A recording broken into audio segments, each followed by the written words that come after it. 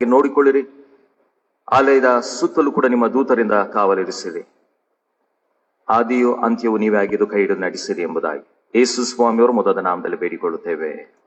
ಆಮೇಲೆ ದೇವರ ಘನಕ್ಕಾಗಿ ನಾವೆಲ್ಲರೂ ಎದ್ದು ನಿಂತುಕೊಂಡು ಹಾಡುವ ಸಂಗೀತಗಳಲ್ಲಿ 108ನೇ ಸಂಗೀತವನ್ನು ಹಾಡಿಕೊಳ್ಳೋಣ. 108ನೇ ಸಂಗೀತ. ಯೇಸು ಕರ್ತನೆದ್ದನು ಹಲ್ಲೆಲೂಯ, ಮೃತ್ಯು ಸೋತು ಹೋಯಿತು ಹಲ್ಲೆಲೂಯ.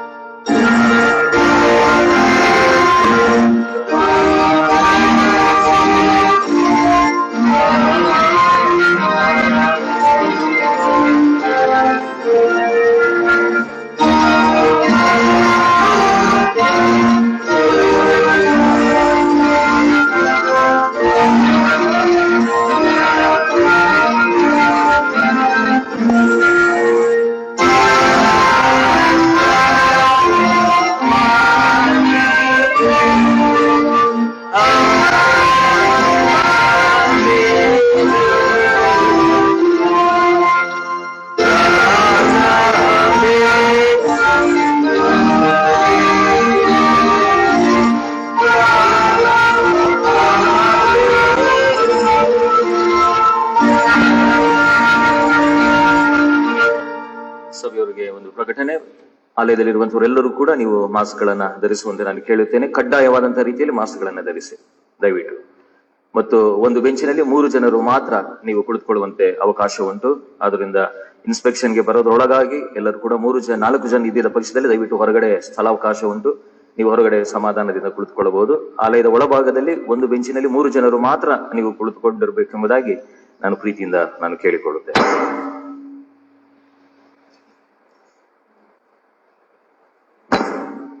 ನಾವೆಲ್ಲರೂ ಹಾಗೆ ನಿಂತುಕೊಂಡಿರುವಾಗ ಆರಾಧನಾ ಕ್ರಮ ಪುಸ್ತಕ 21ನೇ ಪುಟದಲ್ಲಿರುವಂತಹ ಕರ್ತನ ಭೋಜನದ ಸಿದ್ಧೀಕರಣದ ಆರಾಧನಾ ಕ್ರಮವನ್ನ ನಾವು ಅನುಸರಿಸೋಣ. ಪ್ರಾರ್ಥನೆ ಮಾಡೋಣ. ಸರ್ವಶಕ್ತನಾದ ದೇವರೇ, ನಿನಗೆಲ್ಲ ಹೃದಯಗಳು ಬಟ್ಟ ಬಯಲಾಗಿವೆ, ಎಲ್ಲ ಆಶಯಗಳು ಗೊತ್ತಾಗಿವೆ. ನಿನಗೆ ತಿಳಿಯದ ಗುಟ್ಟು ಒಂದೂ ಇಲ್ಲ. ನಾವು ನಿನ್ನ ಯಥಾರ್ಥವಾಗಿ ಪ್ರೀತಿಸುವಂತೆಯೂ ನಿನ್ನ ಪವಿತ್ರ ನಾಮವನ್ನ ಯೋಗ್ಯವಾಗಿ ಘನಪಡಿಸುವಂತೆಯೂ ನಮ್ಮ ಹೃದಯದ ಯೋಚನೆಗಳನ್ನ ನಿನ್ನ ಪವಿತ್ರ ಆತ್ಮನ ಪ್ರೇರಣೆಯಿಂದ ಶುದ್ಧೀಕರಿಸಬೇಕೆಂದು ನಮ್ಮ ಕರ್ತನಾದ ಕ್ರಿಸ್ತನ ಮುಖಾಂತರ ನಿನ್ನನ್ನು ಬೇಡಿಕೊಳ್ಳುತ್ತೇವೆ. ಆಮೆನ್. ಮೇಲನ ಲೋಕಗಳಲ್ಲಿ ದೇವರಿಗೆ ಮಹಿಮೆ, ಭೂಲೋಕದಲ್ಲಿ ಮನುಷ್ಯರೊಳಗೆ ಸಮಾಧಾನ. ದೇವರು ಅವರಿಗೆ ಒಲಿಯುತ್ತಾನೆ.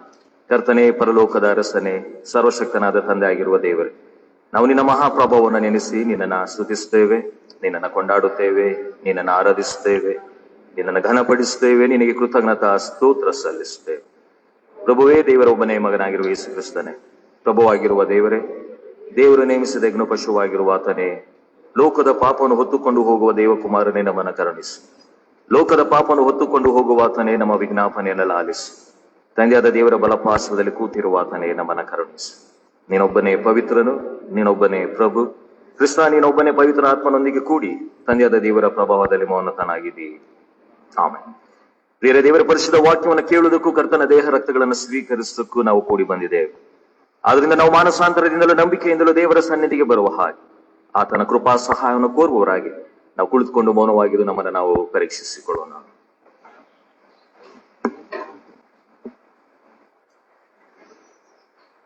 ಪ್ರಿಯರೇ, ನೀವು ನಿಮ್ಮ ಪಾಪಗಳ ನಿಮಿತ್ತ ನಿಜವಾಗಿ ಪಶ್ಚಾತ್ತಾಪ ಪಡುವವರಾಗಿದ್ದೀರೋ? ನಿಮ್ಮ ನೆರೆ ಹೊರೆಯವರನ್ನ ಪ್ರೀತಿಸಿ ನಿಮಗೆ ತಪ್ಪು ಮಾಡಿದವರನ್ನ ಮನ್ನಿಸುವವರಾಗಿದ್ದೀರೋ? ದೇವರ ಆಜ್ಞೆಗಳನ್ನ ಅನುಸರಿಸುತ್ತಾ ಆತನು ತೋರಿಸುವ ಸನ್ಮಾರ್ಗವನ್ನ ಹಿಡಿದು ಇಂದಿನಿಂದ ಅದರಲ್ಲಿ ನಡೆದುಕೊಳ್ಳುವುದಾಗಿ ನಿಶ್ಚಯಿಸಿಕೊಂಡಿದ್ದೀರ? ಹಾಗಾದರೆ ನಮ್ಮ ಕರ್ತನಾದ ಯೇಸು ಕ್ರಿಸ್ತನ ಮೂಲಕ ನೀವು ಪುನಃ ಸರ್ವಶಕ್ತನಾದ ದೇವರೊಂದಿಗೆ ಸಮಾಧಾನವಾಗುವ ಹಾಗೆ ಕಳೆದ ವಾರಗಳಲ್ಲಿ ನಮ್ಮ ತಂದೆಯಾದ ದೇವರ ವಿರುದ್ಧವಾಗಿ, ದೇವ ಸೇವಕರುಗಳ ವಿರುದ್ಧವಾಗಿ, ದೇವ ಜನರ ವಿರುದ್ಧವಾಗಿ ಮಾಡಿದಂತೆ ಎಲ್ಲಾ ರೀತಿಯಾದ ತಪ್ಪು ದೋಷಗಳನ್ನ ಸ್ವಲ್ಪ ಹೊತ್ತು ಜ್ಞಾಪಕಕ್ಕೆ ತಂದುಕೊಂಡು ಯಥಾರ್ಥವಾದಂತಹ ಮನಸ್ಸಿನಿಂದ ಅವೆಲ್ಲವುಗಳನ್ನ ನಾವು ತಂದೆಯಾದ ದೇವರ ಬಳಿಯಲ್ಲಿ ಒಪ್ಪಿಕೊಳ್ಳೋಣ.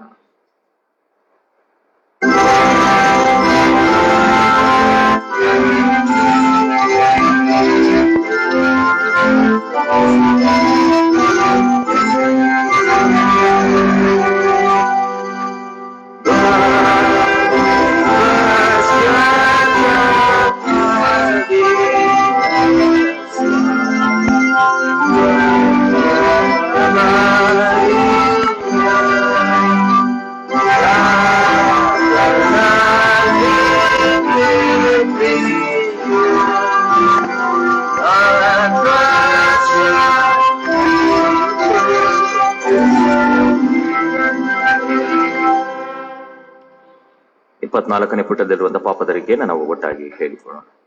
ಪರಮ ತಂದೆಯೇ, ನಾವು ನಿನಗೂ ನಮ್ಮ ನೆರೆಯವರಿಗೂ ವಿರೋಧವಾಗಿ ಪಾಪ ಮಾಡಿದ್ದೇವೆ ಎಂದು ಒಪ್ಪಿಕೊಳ್ಳುತ್ತೇವೆ. ನಾವು ಬೆಳಕಿನಲ್ಲಿ ನಡೆಯದೆ ಕತ್ತಲಲ್ಲೇ ನಡೆದಿದ್ದೇವೆ. ನಾವು ಕ್ರಿಸ್ತನ ಹೆಸರನ್ನು ಹೇಳಿಕೊಂಡಿದ್ದಾಗ್ಯೂ ಪಾಪವನ್ನು ಬಿಡಲಿಲ್ಲ. ದಯವಿಟ್ಟು ನಮ್ಮನ್ನು ಕರುಣಿಸು. ಯೇಸು ಕ್ರಿಸ್ತನ ನಿಮಿತ್ತ ನಮ್ಮ ಪಾಪಗಳನ್ನೆಲ್ಲ ಮನ್ನಿಸು. ನಿನ್ನ ಪವಿತ್ರ ಆತ್ಮನ ಮೂಲಕ ನಮ್ಮನ್ನ ಶುದ್ಧಿ ಮಾಡು. ನಮ್ಮ ಮನಸ್ಸಾಕ್ಷಿಯನ್ನ ಚೇತನಗೊಳಿಸು. ಇತರರು ನಮಗೆ ಮಾಡಿದ ತಪ್ಪುಗಳನ್ನು ಕ್ಷಮಿಸಲು ನಮಗೆ ಶಕ್ತಿ ಕೊಡು. ಇಂದಿನಿಂದ ನಾವು ನೂತನ ಸ್ವಭಾವವುಳ್ಳವರಾಗಿ ನೀನನ್ನು ಸೇವಿಸಿ ನಿನ್ನ ಪವಿತ್ರ ನಾಮಕ್ಕೆ ಘನವನ್ನು ಸಲ್ಲಿಸುವಂತೆ ಅನುಗ್ರಹಿಸು. ಆಮೆನ್.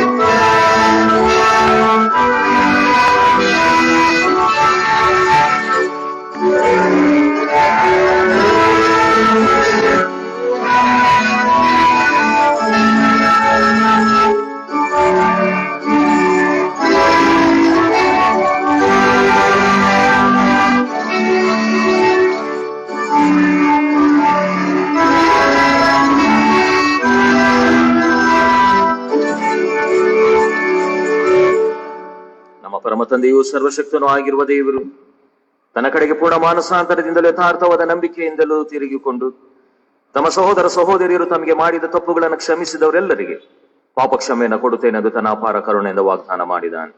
ಆತ ನಮ್ಮ ಕರ್ತನಾದ ಯೇಸು ಕ್ರಿಸ್ತನ ಮೂಲಕ ನಿಮ್ಮ ಮೇಲೆ ಕರುಣೆ ಇಟ್ಟು ನಿಮ್ಮ ಪಾಪಗಳನ್ನೆಲ್ಲ ಕ್ಷಮಿಸಿ ಅವುಗಳಿಂದ ನಿಮ್ಮನ್ನು ಬಿಡಿಸಲು ಎಲ್ಲಾ ಸದಾಚಾರದಲ್ಲಿ ನಿಮ್ಮನ್ನು ನೆಲೆಗೊಳಿಸಿ ಬಲಪಡಿಸಿ ನಿತ್ಯ ಜೀವದಲ್ಲಿ ಸೇರಿಸಲಿ.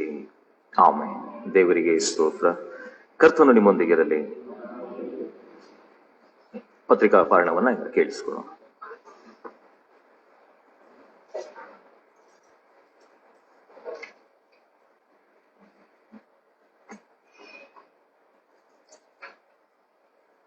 ಪುನರುತ್ಥಾನದ ಹಬ್ಬದ ಆರಾಧನೆಗೆ ನೇಮಕವಾದಂತಹ ವೇದ ಭಾಗವು ಶ್ರೀ ಪೌಲನು ಕೊರಿಂಥದವರಿಗೆ ಬರೆದ ಮೊದಲನೇ ಪತ್ರಿಕೆ 15ನೇ ಅಧ್ಯಾಯ ವಚನಗಳು 1 ರಿಂದ 4.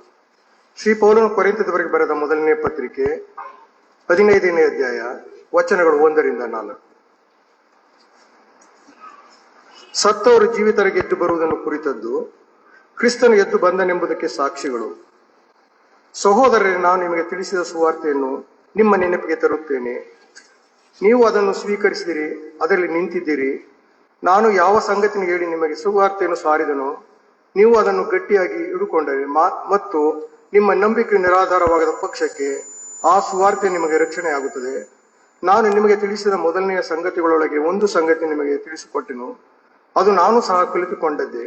ಅದೇನೆಂದರೆ, ಶಾಸ್ತ್ರದಲ್ಲಿ ಮುಂತಿಳಿಸುವ ಪ್ರಕಾರ ಕ್ರಿಸ್ತನು ನಮ್ಮ ಪಾಪಗಳ ನಿವಾರಣೆಗೆ ಸತ್ತನು, ಉಣಲ್ಪಟ್ಟನು, ಶಾಸ್ತ್ರದ ಪ್ರಕಾರ 3ನೇ ದಿನದಲ್ಲಿ ಎಬ್ಬಿಸಲ್ಪಟ್ಟನು. ನಿಮ್ಮ ಕ್ರಿಸ್ತನೇ ನೆನಪಿಸ್ತು.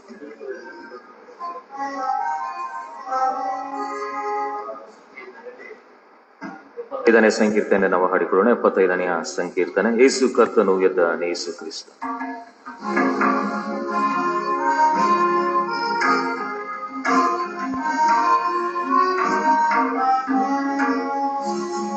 ಯೇಸು ಕರ್ತನು ಎದ್ದಾನೆ, ಯೇಸು ಕ್ರಿಸ್ತನು.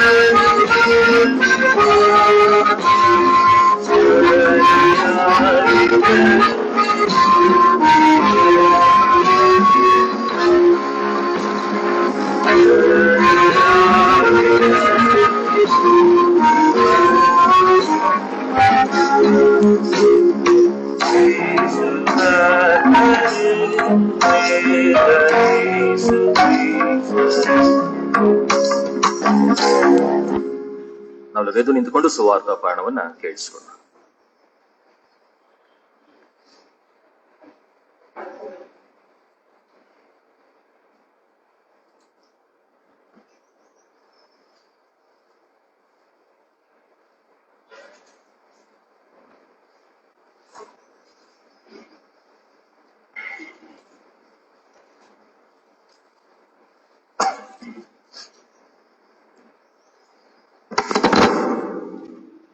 ಕ್ರಿಸ್ತನ ಪುನರುತ್ಥಾನದ ಈ ಶುಭ ದಿನದಂದು ಸುವಾರ್ಥ ಪಾಠಕ್ಕಾಗಿ ನೇಮಕವಾದಂಥ ವೇದ ಭಾಗವು ಶ್ರೀ ಲೂಕನ ಬರೆದ ಸುವಾರ್ತೆ 24ನೇ ಅಧ್ಯಾಯ 1ರಿಂದ 8 ವಚನಗಳು. ಶ್ರೀ ಲೂಕನ ಬರೆದ ಸುವಾರ್ತೆ 24ನೇ ಅಧ್ಯಾಯ 1ರಿಂದ ಕೆಲವು ವಚನಗಳು. ಯೇಸುವಿನ ಪುನರುತ್ಥಾನವು. ಆ ಸ್ತ್ರೀಯರು ಸಬ್ಬತ್ ದಿನದಲ್ಲಿ ಧರ್ಮ ನಿಯಮದ ಪ್ರಕಾರ ವಿಶ್ರಮಿಸಿಕೊಂಡು ವಾರದ ಮೊದಲನೇ ದಿವಸದಲ್ಲಿ ಇನ್ನೂ ಮುಬ್ಬಿರುವಾಗ ತಾವು ಸಿದ್ಧ ಮಾಡಿದ ಸುಗಂಧ ದ್ರವ್ಯಗಳನ್ನು ತೆಗೆದುಕೊಂಡು ಸಮಾಧಿಗೆ ಬಂದರು. ಸಮಾಧಿಗೆ ಮುಚ್ಚಿದ ಕಲ್ಲು ಅಲ್ಲಿಂದ ಉಳಿಸಲ್ಪಟ್ಟಿರುವುದನ್ನು ಕಂಡು ಒಳಕ್ಕೆ ಹೋಗಿ ನೋಡುವಲ್ಲಿ ಯೇಸು ಸ್ವಾಮಿಯ ದೇಹವು ಕಾಣಿರಲಿಲ್ಲ. ಈ ವಿಷಯದಲ್ಲಿ ಅವರಿಗೆ ಗಲಿಬಿಲಿ ಉಂಟಾದಾಗ ಒಳೆಯುವ ಉಡುಪನ್ನು ಧರಿಸಿದ್ದ ಇಬ್ಬರು ಪುರುಷರು ಅಕಸ್ಮಾತ್ತಾಗಿ ಅವರ ಬಳಿಯಲ್ಲಿ ನಿಂತುಕೊಂಡರು. ಆ ಸ್ತ್ರೀಯರು ಭಯವಾಗಿ ತಮ್ಮ ಮುಖಗಳನ್ನು ನೆಲದ ಕಡೆಗೆ ಬಗ್ಗಿಸಿಕೊಂಡಿರುವಾಗ ಆ ಪುರುಷರು ಅವರಿಗೆ, ಸತ್ತವರೊಳಗೆ ಬದುಕಿರುವವನನ್ನು ಹುಡುಕುವುದೇನು? ಆತನು ಇಲ್ಲಿ ಇಲ್ಲ, ಎದ್ದಿದ್ದಾನೆ. ಆತನು ಇನ್ನೂ ಗಲಿಲಾಯದಲ್ಲಿದ್ದಾಗ ಮನುಷ್ಯಕುಮಾರನು ಪಾಪಿಗಳಾದ ಮನುಷ್ಯರ ಕೈಗೆ ಒಪ್ಪಿಸಲ್ಪಟ್ಟು ಶಿಲುಬೆಗೆ ಹಾಕಲ್ಪಟ್ಟು 3ನೇ ದಿನದಲ್ಲಿ ಎದ್ದು ಬರುವುದು ಅಗತ್ಯವೆಂದು ನಿಮಗೆ ಹೇಳಿದ್ದನ್ನು ನೆನಪಿಗೆ ತಂದುಕೊಳ್ಳಿರಿ ಎಂದು ಹೇಳಿದರು. ಸ್ತ್ರೀಯರು ಆತನ ಮಾತುಗಳನ್ನು ನೆನಪಿಗೆ ತಂದುಕೊಂಡು ಸಮಾಧಿಯ ಬಳಿಯಿಂದ ಹಿಂತಿರುಗಿ ಹೋಗಿ ಆ ಸಂಗತಿಗಳನ್ನೆಲ್ಲ 11 ಮಂದಿ ಶಿಷ್ಯರಿಗೂ ಉಳಿದವರೆಲ್ಲರಿಗೂ ತಿಳಿಸಿದರು ಎಂಬುದೇ. ಕ್ರಿಸ್ತನೇ ನಿನಗೆ ಸ್ತೋತ್ರವಾಗಲಿ.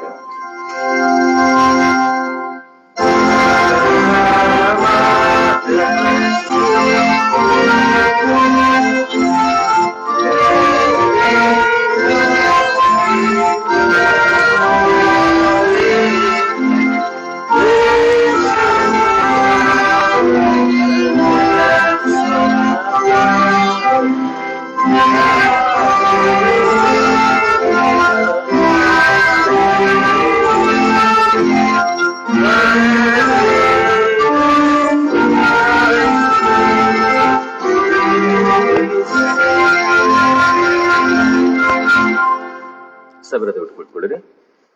ನಾವು ದೇವರ ವಾಕ್ಯ ಸಂದೇಶವನ್ನ ಕೇಳುವುದಕ್ಕೆ ಸಿದ್ಧವಾಗುವ ಹಾಗೆ ಆತ್ಮಸ್ವರೂಪನೇ ಪ್ರಿಯ ಆತ್ಮಸ್ವರೂಪನೇ ಗೀತದ ಒಂದು ಚರಣವನ್ನ ನಾವು ಪ್ರಾರ್ಥನಾ ಪೂರ್ವಕವಾಗಿ ಹಾಡಿಕೊಂಡು ದೇವರ ವಾಕ್ಯ ಸಂದೇಶಕ್ಕೋಸ್ಕರವಾಗಿ ಸಿದ್ಧಗೊಳ್ಳೋಣ.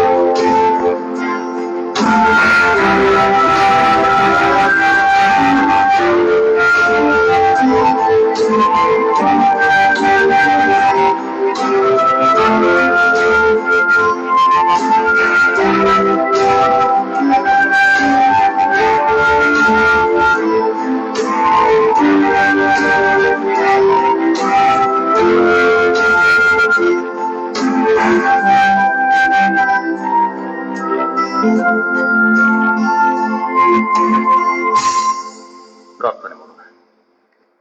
ಜೀವ ಸ್ವರೂಪನಾದಂತಹ ಸರ್ವಶಕ್ತನಾದಂತಹ ತಂದೆಯಾದ ದೇವರೇ, ನಿಮಗೆ ಅನಂತ ಸ್ತೋತ್ರವಾಗಲಿ ಸ್ವಾಮಿ. 2000 ವರ್ಷಗಳ ಹಿಂದೆ ಈ ಲೋಕಕ್ಕೆ ಬಂದು ಲೋಕದ ಪಾಪಕ್ಕೋಸ್ಕರವಾಗಿ ನಿಮ್ಮ ಪ್ರಾಣವನ್ನು ತ್ಯಾಗವ ಮಾಡಿ ನಂತರ 3ನೇ ದಿವಸದಲ್ಲಿ ನೀವು ಪುನರುತ್ಥಾನ ಹೊಂದಿದಂತ ಒಂದು ಈ ದಿವಸವನ್ನ ನಾವು ನೆನಪು ಮಾಡಿಕೊಂಡು ನಿನಗೆ ಕೃತಜ್ಞತಾ ಸ್ತೋತ್ರವನ್ನ ಸಲ್ಲಿಸೋದಕ್ಕೋಸ್ಕರವಾಗಿಯೂ, ಹೌದು ನಮ್ಮ ಸ್ವಾಮಿ ಜೀವಿಸುವಂತ ದೇವರಾಗಿದ್ದಾನೆ ಎಂಬುದಾಗಿ ನಾವು ತಿಳಿದಂತವರಾಗಿ ನಿನ್ನ ಘನಮಾನಗಳನ್ನ ಸಲ್ಲಿಸುವುದಕ್ಕೋಸ್ಕರವಾಗಿ ಇಲ್ಲಿ ಸೇರಿ ಬಂದಿದ್ದೇವೆ. ಈಗ ಸ್ವಾಮಿ ನಿನ್ನ ವಾಕ್ಯಗಳನ್ನ ನಾವು ಕೇಳಿಸಿಕೊಳ್ಳುವುದಕ್ಕೋಸ್ಕರವಾಗಿ ಸಿದ್ಧವಾಗಿರುವಾಗ ಆಡುವಂತೆ ಈ ನಾಲಿಗೆಯನ್ನ ಕೇಳಿಸಿಕೊಳ್ಳುವಂತ ಪ್ರತಿಯೊಂದು ಕಿವಿಗಳನ್ನ ನೀವು ಮುಟ್ಟಿ ಬಲಪಡಿಸಿ ನಿಮ್ಮ ವಾಕ್ಯವೆಂಬ ಮೃಷ್ಟಾನದಿಂದ ನಮ್ಮನ್ನ ತುಂಬಿಸಿ ನಡೆಸಿರಿ ಎಂಬುದಾಗಿ ಯೇಸು ಸ್ವಾಮಿಯರ ಮೊದಲಾದ ನಾಮದಲ್ಲಿ ಬೇಡಿಕೊಳ್ಳುತ್ತೇವೆ, ಆಮೆನ್. ಕರ್ತನಲ್ಲಿ ಪ್ರೀತಿಯುಳ್ಳ ದೇವಜನರೇ, ನಿಮ್ಮೆಲ್ಲರಿಗೂ ಕೂಡ ಯೇಸು ಕ್ರಿಸ್ತನ ಪುನರುತ್ಥಾನ ಹಬ್ಬದ ಒಂದು ಶುಭಾಶಯವನ್ನ ನಾನು ಮೊದಲನೇದಾಗಿ ನನ್ನ ವೈಯಕ್ತಿಕವಾಗಿ, ಕುಟುಂಬದ ಪರವಾಗಿ ಮತ್ತು ನಮ್ಮ ಸಮಿತಿ ಎಲ್ಲ ಸದಸ್ಯರ ಪರವಾಗಿ ನಿಮ್ಮೆಲ್ಲರಿಗೂ ಕೂಡ ಈ ಸಮಯದಲ್ಲಿ ನಾನು ತಿಳಿಸುವಂತವನಾಗಿದೆ. ಯಾಕೆಂದರೆ ಯೇಸು ಸ್ವಾಮಿ ಆತನು ನಿಜವಾಗಲೂ ಕೂಡ ಜೀವಿಸುವಂತ ದೇವರ ಎಂಬುದಾಗಿ ಹಲವಾರು ಜನರು ಇನ್ನೂ ಕೂಡ ಗೊಂದಲದಲ್ಲಿ ಜೀವಿಸುತ್ತಿರುವಾಗ ನನಗೆ ಮತ್ತು ನಿಮಗೆ ಮಾತ್ರ ಚೆನ್ನಾಗಿ ಗೊತ್ತುಂಟು, ಯೇಸು ಸ್ವಾಮಿ ಹೌದು ಆತನು ಸತ್ತಿಲ್ಲ, ಆತನು ಜೀವಿತನಾಗಿ ಎದ್ದು ಬಂದಿದ್ದಾನೆ. ಮತ್ತು ಆ ಒಂದು ಪುನರುತ್ಥಾನ ಹೊಂದಿದಂತ ಯೇಸು ಸ್ವಾಮಿಯನ್ನ ನಾವು ಆರಾಧನೆ ಮಾಡಲೇಬೇಕು ಎಂಬ ದೃಢ ವಿಶ್ವಾಸದಲ್ಲಿ, ಒಂದು ವಿಶೇಷವಾದಂತಹ ಒಂದು ವೈರಾಗ್ಯದಲ್ಲಿ ಈ ಒಂದು ದಿವಸದಲ್ಲಿ ನಾವೆಲ್ಲರೂ ಕೂಡ ಸೇರಿ ಬಂದಿದ್ದೇವೆ. ಎಷ್ಟೇ ಕ್ಲಿಷ್ಟ ಪರಿಸ್ಥಿತಿ ಇದ್ದಾಗ್ಯೂ ಕೂಡ, ಎಷ್ಟೇ ಸಂದಿಗ್ಧ ಪರಿಸ್ಥಿತಿ ಇದ್ದಾಗ್ಯೂ ಕೂಡ, ಇಲ್ಲ ನಮ್ಮ ತಂದೆಯಾದ ದೇವರು ಆತನು ಜೀವಿಸುವಂತವನಾಗಿದ್ದಾನೆ. ಅದರಿಂದ ಜೀವಿಸುವಂತ ದೇವರು ನಮಗೆ ಬೇಕಾಗಿರುವಂತ ಎಲ್ಲ ಅಗತ್ಯತೆಗಳನ್ನ ಆತನು ಪೂರೈಸಲು ಶಕ್ತನಾಗಿದ್ದಾನೆ. ಆತನನ್ನ ನಾವು ಆರಾಧಿಸುವಂತದ್ದು ಯುಕ್ತವೂ ನ್ಯಾಯವೂ ಆಗಿದೆ ಎಂಬುದಾಗಿ ನಾವು ತಿಳಿದು ಈ ಒಂದು ಸಂದರ್ಭದಲ್ಲಿ ನಾವು ಈ ಸಂದಿಗ್ಧ ಪರಿಸ್ಥಿತಿಯಲ್ಲೂ ಕೂಡ ತಂದೆಯಾದ ದೇವರ ನಾವು ಆರಾಧಿಸಲೇಬೇಕು ಎಂಬ ಒಂದು ದೃಢ ವಿಶ್ವಾಸದಲ್ಲಿ ನಾವೆಲ್ಲರೂ ಕೂಡ ಇಲ್ಲಿ ಸೇರಿ ಬಂದಿದ್ದೇವೆ. ದೇವರ ನಾಮಕ್ಕೆ ಸ್ತೋತ್ರವಾಗಲಿ. ಹಲವಾರು ಜನರು ಭಯಭೀತರಾಗಿ ಇನ್ನೂ ಕೂಡ ಮನೆಗಳಲ್ಲಿ ಕುಳಿತುಕೊಂಡು ಅಯ್ಯೋ ನನ್ನ ಜೀವಿತ ಏನಾಗ್ತದೋ, ನನ್ನ ಸಾವಿಗೆ ಅಪ್ಪುತ್ತೇನೋ ಎಂಬ ಒಂದು ಭಯದ ಜೀವಿತದಲ್ಲಿ ಇನ್ನೂ ಕೂಡ ಜೀವಿಸುವಂತವರಾಗಿದ್ದಾರೆ. ವಿಶೇಷವಾಗಿ ಕ್ರೈಸ್ತ ಸಹೋದರ ಸಹೋದರಿಯರು ಕೂಡ. ಆದರೆ ನಮಗಾದರೂ ನಿಮಗಾದರೂ ತಂದೆಯಾದ ದೇವರಿಗೆ ಒಂದು ಅವಕಾಶವನ್ನು ಮಾಡಿಕೊಟ್ಟದಕ್ಕಾಗಿ ತಂದೆಯಾದ ದೇವರಿಗೆ ಮೊದಲನೇದಾಗಿ ನಾವು ಕೃತಜ್ಞತೆಯನ್ನು ಸಲ್ಲಿಸಿ ಆತನು ಜೀವಿಸುವಂತವನಾಗಿದ್ದಾನೆ ಎಂಬುದಾಗಿ ಸತ್ಯವೇದದಲ್ಲಿರುವಂತಹ ಆಧಾರಗಳನ್ನ ಮತ್ತೊಂದು ಆವರ್ತಿ ನಾವು ಅದನ್ನ ಗ್ರಹಿಸಿಕೊಂಡಂತವರಾಗಿ ಮುಂದಿನ ದಿವಸಗಳಲ್ಲಿ ಇಡೀ ಲೋಕಕ್ಕೆ ನಾವು ಅದನ್ನ ಸಾರುವುದರ ಮೂಲಕವಾಗಿ ದೇವರಿಗೆ ಮಹಿಮೆ ತರುವ ರೀತಿಯಲ್ಲಿ ಜೀವಿಸುವ ಎಂಬುದಾಗಿ ಈ ಸಮಯದಲ್ಲಿ ನಾನು ನಿಮ್ಮನ್ನ ವಿನಂತಿಸಿಕೊಳ್ಳುವಂತನಾಗಿದೆ. ಸತ್ಯವೇದದಲ್ಲಿ 3 ಸುವಾರ್ತೆಗಳನ್ನ ನಾನು ಆಧಾರವಾಗಿಟ್ಟುಕೊಂಡು ಇವತ್ತಿನ ದಿವಸದಲ್ಲಿ ವಾಕ್ಯ ಸಂದೇಶವನ್ನು ಸಾರಬೇಕು ಎಂಬುದಾಗಿ ನಾನು ಸಿದ್ಧವಾಗಿದ್ದೇನೆ. ಪ್ರಮುಖವಾಗಿ ನಾವು ಮತ್ತಾಯನ ಬರೆದ ಸುವಾರ್ತೆ, ಲೂಕನು ಬರೆದ ಸುವಾರ್ತೆ ಮತ್ತು ಯೋಹನನು ಬರೆದ ಸುವಾರ್ತೆ, ಈ ಒಂದು ಸುವಾರ್ತೆಗಳಲ್ಲಿ ಪ್ರಮುಖವಾಗಿರುವಂತದ್ದು. ಮಾರ್ಕನ ಸುವಾರ್ತೆ ನಾನು ಬಿಟ್ಟಿದ್ದೇನೆ. ಆದರೆ ಈ ಒಂದು 3 ಸುವಾರ್ತೆಗಳಲ್ಲಿ ಆಧಾರ ಮಾಡಿಕೊಂಡು ಯೇಸು ಸ್ವಾಮಿ ನಿಜವಾಗ್ಲೂ ಕೂಡ ಆತನು ಜೀವಿಸುವಂತ ದೇವರಾಗಿದ್ದಾನೆ ಎಂಬುದಾಗಿ ತಿಳಿಯುವುದಕ್ಕೋಸ್ಕರವಾಗಿ ನಾನು ಒಂದು ಭಾಗಗಳನ್ನ ನಿಮ್ಮ ಮುಂದೆ ಇಡುವಂತನಾಗಿದೆ. ಸಮಯದ ಕೊರತೆ ಇರುವುದರಿಂದ ಆದಷ್ಟು ಬೇಗನೆ ನಾವು ಈ ಒಂದು ಭಾಗಗಳನ್ನು ನಾವು ತೆಗೆದಿಟ್ಟುಕೊಳ್ಳೋಣ. ಮತ್ತಾಯನು ಬರೆದ ಸುವಾರ್ತೆ 28ನೇ ಅಧ್ಯಾಯವನ್ನು ಮೊದಲನೇದಾಗಿ ನಾವು ತೆಗೆದುಕೊಳ್ಳುವಾಗ, ಸಬ್ಬತ್ತಿನ ಆದ ಮೇಲೆ ವಾರದ ಮೊದಲನೆಯ ದಿವಸ ಬೆಳಗಾಗುವಾಗ ಮಗ್ದಲದ ಮರಿಯಳು ಮತ್ತು ಆ ಬೇರೆ ಮರಿಯಳು ಸಮಾಧಿಯನ್ನು ನೋಡೋದಕ್ಕೆ ಹೋಗುತ್ತಾರೆ. ಯಾಕೆ ಹೋಗುತ್ತಾರೆ ಎಂಬುದಾಗಿ ನೋಡುವಾಗ, ಸುಗಂಧ ದ್ರವ್ಯಗಳನ್ನ, ಅಂದ್ರೆ ಸಾಧಾರಣವಾಗಿ ಸತ್ತಂತವರಿಗೆ ಸುಗಂಧ ದ್ರವ್ಯಗಳನ್ನ ಹಾಕುವಂಥದ್ದು ಆಗಿನ ದಿವಸಗಳಲ್ಲಿ ಇದ್ದಂತ ಒಂದು ವಾಡಿಕೆ. ಆ ಒಂದು ಸಂದರ್ಭದಲ್ಲಿ ಸರಿ, ನನ್ನ ಸ್ವಾಮಿಗೂ ಕೂಡ ಈ ಒಂದು ಸುಗಂಧ ದ್ರವ್ಯಗಳನ್ನ ನಾವು ಹಾಕಿ ಬರೋಣ ಎಂಬುದಾಗಿ ಹೇಳಿ ಮೊದಲನೇದಾಗಿ ಆ ಮಹಿಳೆಯರು ಹೋಗುವಂತದನ್ನ ನಾವು ಕಾಣುವಂತವರಾಗಿದ್ದೇವೆ. ಯಾಕೆಂದ್ರೆ ಮಹಿಳೆಯಲ್ಲಿ ಇರುವಂತಹ ಒಂದು ಆಸಕ್ತಿಯನ್ನ ನಾವು ನೋಡುವಾಗ ನಿಜವಾಗ್ಲೂ ಕೂಡ ನಾವು ಈ ಸಂದರ್ಭದಲ್ಲಿ ಅದನ್ನ ನಾವು ಅಪ್ರಿಶಿಯೇಟ್ ಮಾಡಲೇಬೇಕು.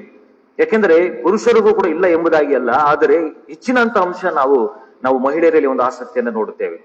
ಹೆಚ್ಚಿನಂತ ರೀತಿಯಲ್ಲಿ ಯೇಸು ಸ್ವಾಮಿಯನ್ನು ಹಿಂಬಾಲಿಸಿದಂತವರು ಕೂಡ ಅವರೇ ಎಂಬುದಾಗಿ ಕೂಡ ನಾವು ನೋಡುವಂತವರಾಗಿದ್ದೇವೆ. ಅದರಲ್ಲಿ ಪ್ರಮುಖವಾಗಿ ಯೇಸು ಸ್ವಾಮಿ ಆತನು ಸತ್ತಂತದ್ದನ್ನ ನಾವು ನೆನೆಸಿ ಬಹಳಷ್ಟು ದುಃಖಿತರಾದಂತವರು ಕೂಡ ಮಹಿಳೆ. ಆದ್ದರಿಂದ ಅದನ್ನು ನೆನೆಸಿ, ಇಲ್ಲ ತಂದೆಯಾದ ಒಂದು ಯೇಸು ಸ್ವಾಮಿಗೆ ನಾವೇನ್ ಮಾಡ್ಬೇಕು, ಆ ಒಂದು ಸುಗಂಧ ದ್ರವ್ಯಗಳನ್ನು ಹಾಕಬೇಕು ಎಂಬುದಾಗಿ ಸಮಾಧಿಗೆ ಹೋಗುವ ಒಂದು ಸಂದರ್ಭಗಳಲ್ಲಿ ಕರ್ತನ ದೂತನು ಆಕಾಶದಿಂದ ಇಳಿದು ಬಂದು ಆ ಕಲ್ಲನ್ನ ಬಾಗಿಲಿಂದ ಉರುಳಿಸಿ ಅದರ ಮೇಲೆ ಕೂತುಕೊಂಡರು. ಅವನ ಮುಖಭಾವವು ಮಿಂಚಿನಂತೆ ಇತ್ತು, ಅವನ ಉಡುಪು ಹಿಮದಂತೆ ಬೆಳ್ಳಗಿತ್ತು. ಕಾವಲುಗಾರರು ಅವನಿಗೆ ಹೆದರಿ ನಡುಗಿ ಸತ್ತವರ ಹಾಗಾದರು ಎಂಬುದಾಗಿ ಅಲ್ಲಿ ವಾಕ್ಯ ಬರೆಯಲ್ಪಟ್ಟಿದೆ. ಅಲ್ಲಿ ದೇವದೂತರು ಬಂದು ಸಮಾಧಿಗೆ ಮುಚ್ಚಿಡಲ್ಪಟ್ಟಂತ ಒಂದು ಕಲ್ಲನ್ನು ಅವರು ಸರಿಸಿದರು ಎಂಬುದಾಗಿ ನಾವು ವಾಕ್ಯದಲ್ಲಿ ನಾವು ನೋಡುವಂತವರಾಗಿದ್ದೇವೆ. ಅದಾದ ಮೇಲೆ ಹೆಂಗಸರು ಕೂಡ ಆಗ ದೂತನು ಆ ಹೆಂಗಸರನ್ನು ಉದ್ದೇಶಿಸಿ ಹೀಗೆ ಮಾತನಾಡ್ತಾನೆ, ನೀವು ಹೆದರಬೇಡಿರಿ, ಶಿಲುಬೆಗೆ ಹಾಕಲ್ಪಟ್ಟಿದ್ದ ಯೇಸುವನ್ನ ನೀವು ಹುಡುಕಿದ್ದೀರಿ ಎಂಬುದಾಗಿ ನನಗೆ ಗೊತ್ತು, ಬಲ್ಲೆನು. ಆತನು ಇಲ್ಲಿ ಇಲ್ಲ, ಆತನು ಹೇಳಿದಂತೆಯೇ ಆತನು ಎದ್ದಿದ್ದಾನೆ. ಮತ್ತು ಬನ್ನಿರಿ, ಆತನು ಮಲಗಿದ್ದ ಸ್ಥಳವನ್ನ ನೋಡಿರಿ ಮತ್ತು ಬೇಗ ಹೋಗಿ ಆತನ ಶಿಷ್ಯರಿಗೆ ಆತನು ಸತ್ತವನು ಬದುಕಿದ್ದಾನೆ ಎಂಬುದಾಗಿ ಸಾರಿ ತಿಳಿಸಿರಿ ಎಂಬುದಾಗಿ. ಎಷ್ಟು ಒಂದು ಉತ್ತಮವಾದಂತ ಒಂದು ಮಾತನ್ನು ಆತನು ಹೇಳುವಂತದ್ದು. ಯಾಕಂದ್ರೆ ಆ ಒಂದು ಸಂದರ್ಭದಲ್ಲಿ ದೇವದೂತರು ಈ ಒಂದು ಕಾರ್ಯವನ್ನ ನೋಡಿದ ತಕ್ಷಣ, ಈ ಮಹಿಳೆಯರು ಆ ದೇವದೂತರನ್ನು ನೋಡಿದ ತಕ್ಷಣ ಭಯಭೀತರಾಗ್ತಾರೆ. ಆದಾಗ್ಯೂ ಕೂಡ ಮೊದಲನೇದಾಗಿ ಆತನು ಹೇಳಿದಂತ ಒಂದು ಮಾತು, ಹೆದರಬೇಡಿರಿ, ನೀವು ಯಾರು ಸತ್ತಿದ್ದಾನೆ ಎಂಬುದಾಗಿ ನೀವು ಹೇಳಿಕೊಂಡು ಜೀವಿಸುವಂತರಾಗಿದ್ದರೋ ಆ ಸತ್ತಂತ ಯೇಸು ಆತನು ಹೇಳಿದ ಹಾಗೆ, ಆತನು ಮುಂಚಿತವಾಗಿ ಹೇಳಿದ ಹಾಗೆ ಆತನು ಜೀವಿತನಾಗಿ ಎದ್ದಿದ್ದಾನೆ. ನೀವು ಒಳಗಡೆ ಬಂದು ನೋಡಿರಿ, ಆತನ ಸಮಾಧಿಯು ಬರಿದಾಗಿದೆ. ಎಷ್ಟು ಒಂದು ಸುಂದರವಾದಂತಹ ಮಾತು. ಸಾಕ್ಷಿಯ ರೂಪದಲ್ಲಿ ಆತನು ಹೇಳುತ್ತಿರುವಂತ ದೇವದೂತರು ಹೇಳುವಂತಹ ಮಾತುಗಳನ್ನು ನಾವು ಇಲ್ಲಿ ಗಮನಿಸುವಂತವರಾಗಿದ್ದೇವೆ. ಇವತ್ತಿನ ದಿವಸದಲ್ಲಿ ನಾವುಗಳು ಕೂಡ ಈ ಒಂದು ವಾಕ್ಯದ ಆಧಾರದ ಮೇಲೆ, ಹೌದು ಯೇಸು ಸ್ವಾಮಿಯು ಆತನು ಸಮಾಧಿಯಲ್ಲಿ ಇಲ್ಲ, ಆತನು ಎದ್ದಿದ್ದಾನೆ ಎಂಬುದಾಗಿ ನಾವು ದೃಢವಾದಂತ ರೀತಿಯಲ್ಲಿ ನಂಬಿ ನಾವು ಮುಂದೆ ಸಾಗುವಂಥದ್ದು ಬಹಳಷ್ಟು ಪ್ರಾಮುಖ್ಯವಾದಂತದ್ದಾಗಿದೆ. ಅದಾದ ಮೇಲೆ 9ನೇ ವಚನ ನೋಡುವಾಗ, ಆಗ ಯೇಸು ಅವರ ಎದುರಿಗೆ ಬಂದು ನಿಮಗೆ ಶುಭವಾಗಲಿ ಅಂದನು. ಅವರು ಹತ್ತರಕ್ಕೆ ಬಂದು ಆತನ ಪಾದಗಳನ್ನು ಹಿಡಿದು ಆತನಿಗೆ ನಮಸ್ಕಾರ ಮಾಡಿದರು. ಆತನು ಪ್ರಮುಖವಾಗಿ ಮೊದಲನೇದಾಗಿ ಉಚ್ಚರಿಸಿದಂತ ಒಂದು ಪದ, ನಿಮಗೆ ಶುಭವಾಗಲಿ. ಅದರಿಂದ ಆತನು ಪುನರುತ್ಥಾನ ಹೊಂದಿದಂತ ಪ್ರಮುಖವಾದಂತ ಒಂದು ಉದ್ದೇಶವನ್ನ ಆತಲ್ಲಿ ಪ್ರಕಟ ಮಾಡ್ತಾನೆ. ನಾನು ಇನ್ನು ಮುಂದಿನ ದಿವಸಗಳಲ್ಲಿ ನಿಮಗೆ ಯಾವುದೇ ರೀತಿಯಾದ ಇಂದು ಕಷ್ಟಗಳು, ಸಮಸ್ಯೆಗಳು ಯಾವ ಕೂಡ ಇಲ್ಲದೇ ಇರುವ ಹಾಗೆ ನಾನು ಮಾಡುವಂತವನಾಗಿದ್ದೇನೆ. ಆ ಎಲ್ಲವನ್ನ ನಾನು ಕಳೆದ 3 ದಿವಸಗಳ ಹಿಂದೆ ನಾನು ಶಿಲುಬೆಯಲ್ಲಿ ಎಲ್ಲವನ್ನು ಕೂಡ ನಾನು ಜಜ್ಜಿ ಹಾಕಿದ್ದೇನೆ. ನಿಮ್ಮ ಶಾಪಗಳು, ನಿಮ್ಮ ಪಾಪಗಳು, ನಿಮ್ಮ ಎಲ್ಲಾ ರೀತಿಯಾದ ದರಿದ್ರತನ, ನಿಮ್ಮಲ್ಲಿರುವಂತ ಎಲ್ಲಾ ಆಲಸ್ಯ ಮನೋಭಾವ, ಎಲ್ಲಾ ರೀತಿಯಾದ ನಿಮ್ಮ ಕೆಟ್ಟ ಕೃತ್ಯಗಳು ಎಲ್ಲವನ್ನು ಕೂಡ ನಾನು ಅದನ್ನ ನನ್ನ ಮೇಲೆ ಹಾಕಿಕೊಂಡು ನಾನು ಅದನ್ನು ಶಿಲುಬೆಯಲ್ಲಿ ಜಡಿದು ಹಾಕಿದ್ದೇನೆ. ಆದ್ರಿಂದ ಇನ್ನ ನಿಮಗೆ ಯಾವುದೇ ಕಾರಣಕ್ಕೂ ಕೂಡ ನಿಮಗೆ ಅಶುಭ ನಿಮ್ಮ ಜೀವಿತದಲ್ಲಿ ಇರುವುದಿಲ್ಲ. ಆದುದರಿಂದ ನಿಮಗೆ ಯಾವಾಗಲೂ ಕೂಡ ಶುಭದಾಯಕವಾಗಲಿ ಎಂಬುದಾಗಿ ಹೇಳುವ ಹಾಗೆ ಆತನು ಹೇಳಿದಂತ ಮಾತು, ನಿಮಗೆ ಶುಭವಾಗಲಿ ಎಂಬುದಾಗಿ ಹೇಳಿದಂತದನ್ನ ನಾವು ಗ್ರಹಿಸುವಂತವರಾಗಿದೆ. ಹಾಗಿರುವಾಗ ಕರ್ತನಲ್ಲಿ ಪ್ರೀತಿಯುಳ್ಳ ದೇವ ಜನರು, ಈ ಒಂದು ಭಾಗವನ್ನ ನಾವು ನಮ್ಮ ಹೃದಯದಲ್ಲಿ ನಾವು ಬಚ್ಚಿಟ್ಟುಕೊಟ್ಟಂತವರಾಗಿ ಇತರ ಜನರು ನಮಗೆ ಕೇಳುವಾಗ ನಿಜವಾಗಲೂ ಕೂಡ ಯೇಸು ಸ್ವಾಮಿ ಲೋಕಕ್ಕೆ ಬಂದಂತ ಉದ್ದೇಶವಾದರು ಏನು?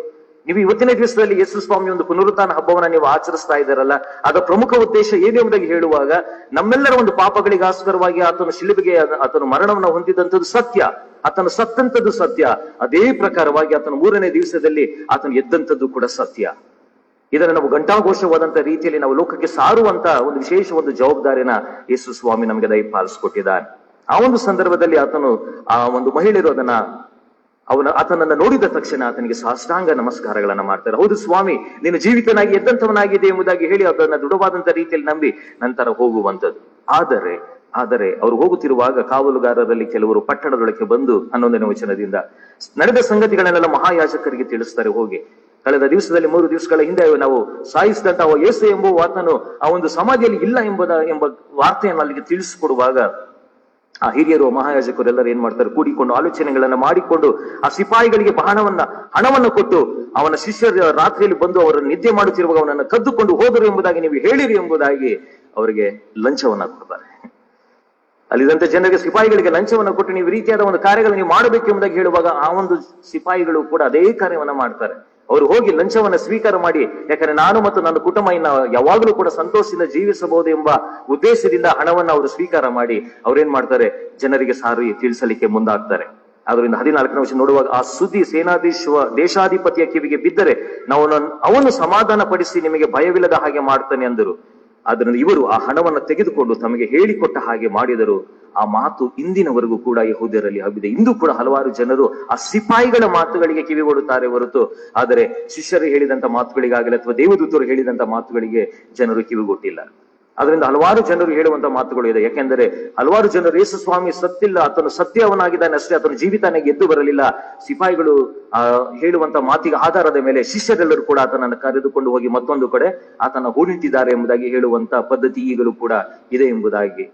ಅದರ ಕರ್ತನಲ್ಲಿ ಪ್ರೀತಿಯುಳ್ಳ ದೇವಜನರು, ಈ ಒಂದು ವಿಚಾರದಲ್ಲಿ ನೀವು ಆಲೋಚನೆ ಮಾಡಿಕೊಳ್ಳುವಾಗ ಈ ಒಂದು ಕಾರ್ಯಗಳು ನೆರವೇರಲಿಲ್ಲ ಎಂಬುದಾಗಿ ಸತ್ಯವೇದದಲ್ಲಿ ಹಲವಾರು ಕಡೆಗಳಲ್ಲಿ ನಮಗೆ ಆಧಾರವನ್ನು ಹಳ ಒಡಂಬಡಿಕೆಯಲ್ಲೂ ಕೂಡ ನಾವು ನೋಡ್ತೇವೆ ಆತನು ಪುನರುತ್ಥಾನ ಹೊಂದುವಂತವನಾಗಿದ್ದಾನೆ ಎಂಬುದಾಗಿ. ಹೊಸ ಒಡಂಬಡಿಕೆಗಳಲ್ಲೂ ನೋಡುವಾಗ ಎಷ್ಟೋ ಕಡೆಗಳಲ್ಲಿ ಈ ಒಂದು ವಾಕ್ಯಗಳು ಬರೆಯಲ್ಪಟ್ಟಂತದ್ದನ್ನ ನಾವು ನೋಡುವಂತವರಾಗಿದ್ದೇವೆ. ನಾನಾದರೂ ನೀವಾದರೂ ಆ ಸತ್ಯವನ್ನ ಅರಿತಿದ್ದೇವೆ. ಆ ಸತ್ಯವನ್ನ ಅರಿತ ಮೇಲೆ ಆ ಒಂದು ಸತ್ಯವನ್ನ ನಾವು ಜನರಿಗೆ ತಿಳಿಸಬೇಕಿಲ್ಲವಾದರೆ ಸುಳ್ಳು ಹೆಚ್ಚಿನ ಅಂಶ ನಿಲ್ಲುವಂತದ್ದಾಗಿದೆ. ಇವತ್ತಿನ ದಿವಸದಲ್ಲಿ ಯಾಕೆ ಇನ್ನೂ ಕೂಡ ಯೇಸು ಸ್ವಾಮಿಯನ್ನ ಹಲವಾರು ಜನರು ಕಾಣಲಿಲ್ಲ ಎಂಬುದಾಗಿ ನಾವು ನೋಡುವಾಗ ಆ ಸತ್ಯವನ್ನ, ಯೇಸು ಸ್ವಾಮಿ ಪುನರುತ್ಥಾನ ಹೊಂದಿದ್ದಾನೆ ಎಂಬ ಸತ್ಯವನ್ನ ನಾವು ಹೇಳ್ತಾ ಇಲ್ಲ. ಆ ಸತ್ಯವನ್ನು ನಾವು ಜನರಿಗೆ ಹೇಳಿದಾಗ ಮಾತ್ರ ಜನರಿಗೆ ಅರಿವಾಗ್ತದೆ, ಹೌದು ನಿಜವಾಗ್ಲೂ ಕೂಡ ಯೇಸು ಸ್ವಾಮಿ ಎದ್ದಿದ್ದಾನೆ ಎಂಬುದಾಗಿ. ಆದರೆ ಸಿಪಾಯಿಗಳ ಆಧಾರದ ಮೇಲೆ ಜನರು ಮಾತುಗಳನ್ನು ಕೇಳಿಸಿಕೊಂಡಂತರು ಅವರು ಹೆಚ್ಚಿನ ಅಂಶ ಈ ಒಂದು ಕಾರ್ಯಗಳನ್ನ ಮಾಡುವಂತದರಲ್ಲಿ ತಮ್ಮನ್ನ ತೊಡಗಿಸಿಕೊಂಡಿದ್ದಾರೆ. ಅದರಿಂದ ಇನ್ನು ಮುಂದಿನ ದಿವಸಗಳಲ್ಲಿ ಈ ರೀತಿಯಾಗಿ ಸುಮ್ಮನೆ ಕುಳಿತುಕೊಳ್ಳುವಂತ ಕಾಲ ನಮ್ಮದಲ್ಲ ಪ್ರಿಯರೇ. ನಾವು ಯೇಸು ಸ್ವಾಮಿ ಪುನರುತ್ಥಾನ ಹೊಂದಿದ್ದಾನೆ ಎಂಬ ಒಂದು ಶುಭ ವಾರ್ತೆಯನ್ನ ನಾವು ಪ್ರತಿಯೊಬ್ಬೊಬ್ಬರಿಗೂ ಕೂಡ ಘಂಟಾಘೋಷವಾದಂತ ರೀತಿಯಲ್ಲಿ ನಾವು ಸಾರಿ ತಿಳಿಸುವಂತ ವಿಶೇಷವಾದಂತ ಜವಾಬ್ದಾರಿ ನಿನಗೆ ಕೊಡಲ್ಪಟ್ಟಿದೆ. ಯಾಕಂದ್ರೆ ನಾವು ಲೂಕನು ಬರೆದ ಸುವಾರ್ತೆಗಳಲ್ಲೂ ಕೂಡ ನಾವು ಕೆಲವು ಭಾಗಗಳನ್ನು ನಾವು ಗಮನಿಸಿಕೊಳ್ಳುವಾಗ ಅಲ್ಲಿ ಹೇಳುವಂತ ಕೆಲವು ಮಾತು, ಆತನು ಒಂದು ಉತ್ತಮವಾದಂತ ಮಾತನ್ನ 5ನೇ ವಚನದ 2ನೇ ಭಾಗದಲ್ಲಿ ಹೇಳ್ತಾರೆ. ಆ ದೇವದೂತರು ಅಂದ್ರೆ ಪುರುಷರು ಅವರಿಗೆ ಸತ್ತವರೊಳಗಿಂದ ಬದುಕಿರುವವನನ್ನ ಹುಡುಕುವುದಂತದ್ದು ಏನು? ಆತನು ಇಲ್ಲಿ ಇಲ್ಲ, ಆತನು ಎದ್ದಿದ್ದಾನೆ. ಆತನು ಇನ್ನು ಗಲಿಲಾಯದಲ್ಲಿ ಮನುಷ್ಯ ಕುಮಾರನಾಗಿ ಪಾಪಿಗಳಾದ ಮನುಷ್ಯರ ಕೈಗೆ ಒಪ್ಪಿಸಲ್ಪಟ್ಟು ಶಿಲುಬೆಗೆ ಹಾಕಲ್ಪಟ್ಟು 3ನೇ ದಿನದಲ್ಲಿ ಎದ್ದು ಬರುವುದು ಅಗತ್ಯವೆಂದು ನಿಮ್ಗೆ ಹೇಳಿದ್ದನ್ನ ನೀವು ನೆನಪಿಗೆ ತಂದುಕೊಳ್ಳಿರಿ. ಆ ಸಂದರ್ಭದಲ್ಲಿ ದೂತರು ಮತ್ತೊಂದು ಆವರ್ತಿಯಲ್ಲಿದ್ದಂತ ಜನರಿಗೆ ಜ್ಞಾಪಿಸ್ತಾರೆ.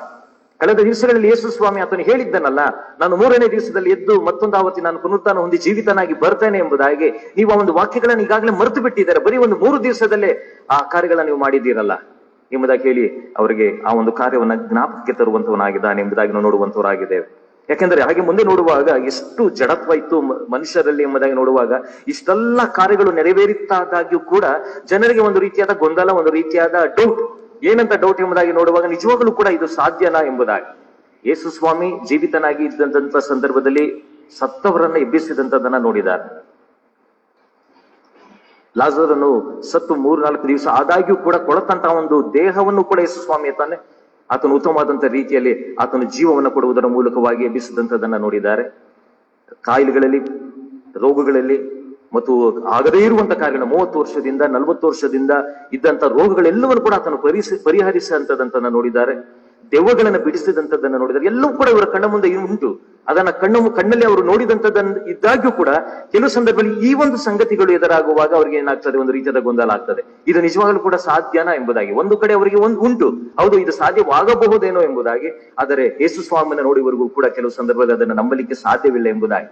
ಆಗ ಏನಾಗ್ತದೆ, 13ನೇ ವಚನ, ಲೂಕನು ಬರೆದ ಸುವಾರ್ತೆ 24ನೇ ಅಧ್ಯಾಯದ 13ನೇ ವಚನದಲ್ಲಿ ಈ ಶಿಷ್ಯರೆಲ್ಲರೂ ಕೂಡ ಯೆರೂಸಲೇಮಿಗೆ 6.5 ಮೈಲು ದೂರದಲ್ಲಿರುವಂತಹ ಎಮ್ಮಾಹು ಎಂಬ ಹಳ್ಳಿಗೆ ಅವರು ಹೋಗ್ತಾ ಇರ್ತಾರೆ. ಆ ಹೋಗುವ ಸಂದರ್ಭದಲ್ಲಿ ಅವರು ಕೆಲವು ವಿಚಾರಗಳ ಬಗ್ಗೆ ಚರ್ಚೆ ಮಾಡ್ಕೊಂಡು ಹೋಗುವಾಗ, ಆ ಸಂಭಾಷಣೆ ಮಾಡುತ್ತಿರುವಾಗಲೇ ಯೇಸು ಸ್ವಾಮಿಯು ಕೂಡ ಅವರೊಟ್ಟಿಗೆ ನಡೆದು ಯೇಸು ತನ್ನ ಹತ್ತಿರಕ್ಕೆ ಬಂದು ಅವರ ಜೊತೆಯಲ್ಲಿ ಹೋಗ್ತಾರೆ. ಆದ್ರೆ ಗೊತ್ತಾಗೋದಿಲ್ಲ ಅವ್ರಿಗೆ ಯಾರು ಬರ್ತಾ ಇದ್ದಾರೆ ನನ್ನ ಜೊತೆ ಎಂಬುದಾಗಿ. ಶಿಷ್ಯರೆಲ್ಲರೂ ಕೂಡ ನಡ್ಕೊಂಡು ಹೋಗ್ತಾ ಇದ್ದಾರೆ.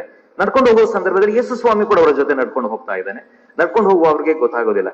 ಆದರೆ ಅಲ್ಲಿ ವಾಕ್ಯ ಹಾಗೆ ಬರೆಯಲ್ಪಟ್ಟಿದೆ, ಆದರೆ ಅವರು ಆತನ ಗುರುತನ್ನ ಹಿಡಿಯಲಿಲ್ಲ ಎಂಬುದಾಗಿ, ಮತ್ತು ಅವರ ಕಣ್ಣು ಕಟ್ಟಿದ ಹಾಗಾಗಿತ್ತು ಎಂಬುದಾಗಿ ಅಲ್ಲಿ ವಾಕ್ಯ ಬರೆಯಲ್ಪಟ್ಟಿದೆ. ಅದನ್ನು ಅವರು ಸರಿಯಾದ ರೀತಿಯಲ್ಲಿ ಅವರು ಅರಿತುಕೊಳ್ಳಲಿಲ್ಲ.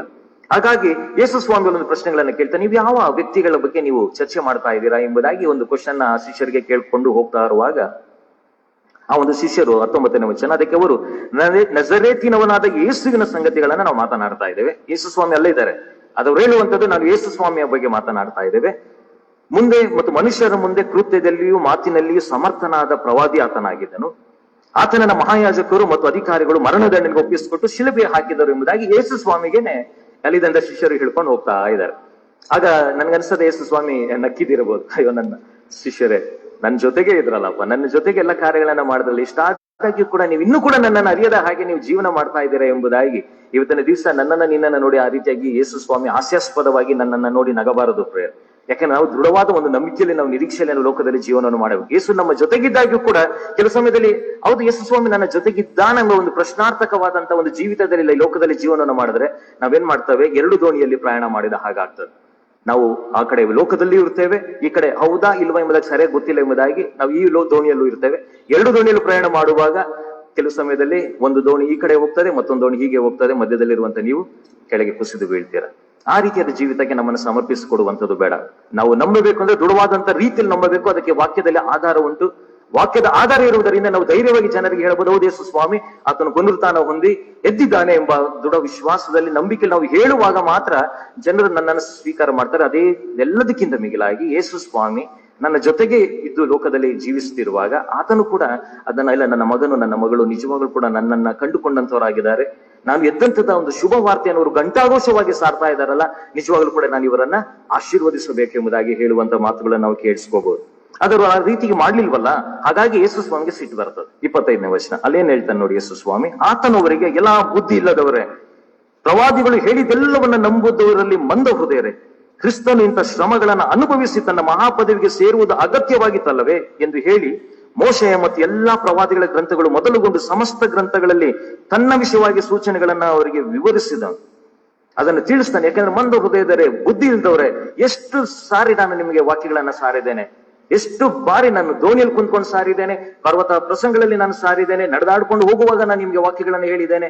ಅದು ಮೋಶೆಯ ಧರ್ಮಶಾಸ್ತ್ರಗಳಿರುವಂತದ್ದು, ಹಳೆ ಒಡಂಬಡಿಕೆಗಳಿರುವಂತ ಎಲ್ಲವನ್ನನ್ನು ಹೇಳಿದಾಗ್ಯೂ ಕೂಡ ಇನ್ನೂ ಕೂಡ ನೀವು ಯಾಕೆ ಮಂದ ಹೃದಯರಾಗಿ ಜೀವಿಸ್ತಾ ಇದ್ದಾರೆ? ಯೇಸು ಸ್ವಾಮಿ ಸಾಧಾರಣವಾಗಿ ನನಗೆ ನಿನಗೆ ಬೇಕಾದಂತ ಎಲ್ಲಾ ರೀತಿಯಾದ ಬುದ್ಧಿಶಕ್ತಿಗಳನ್ನ ಆತನ ದಯಪಾಲಿಸ್ಕೊಟ್ಟಿದ್ದಾನೆ.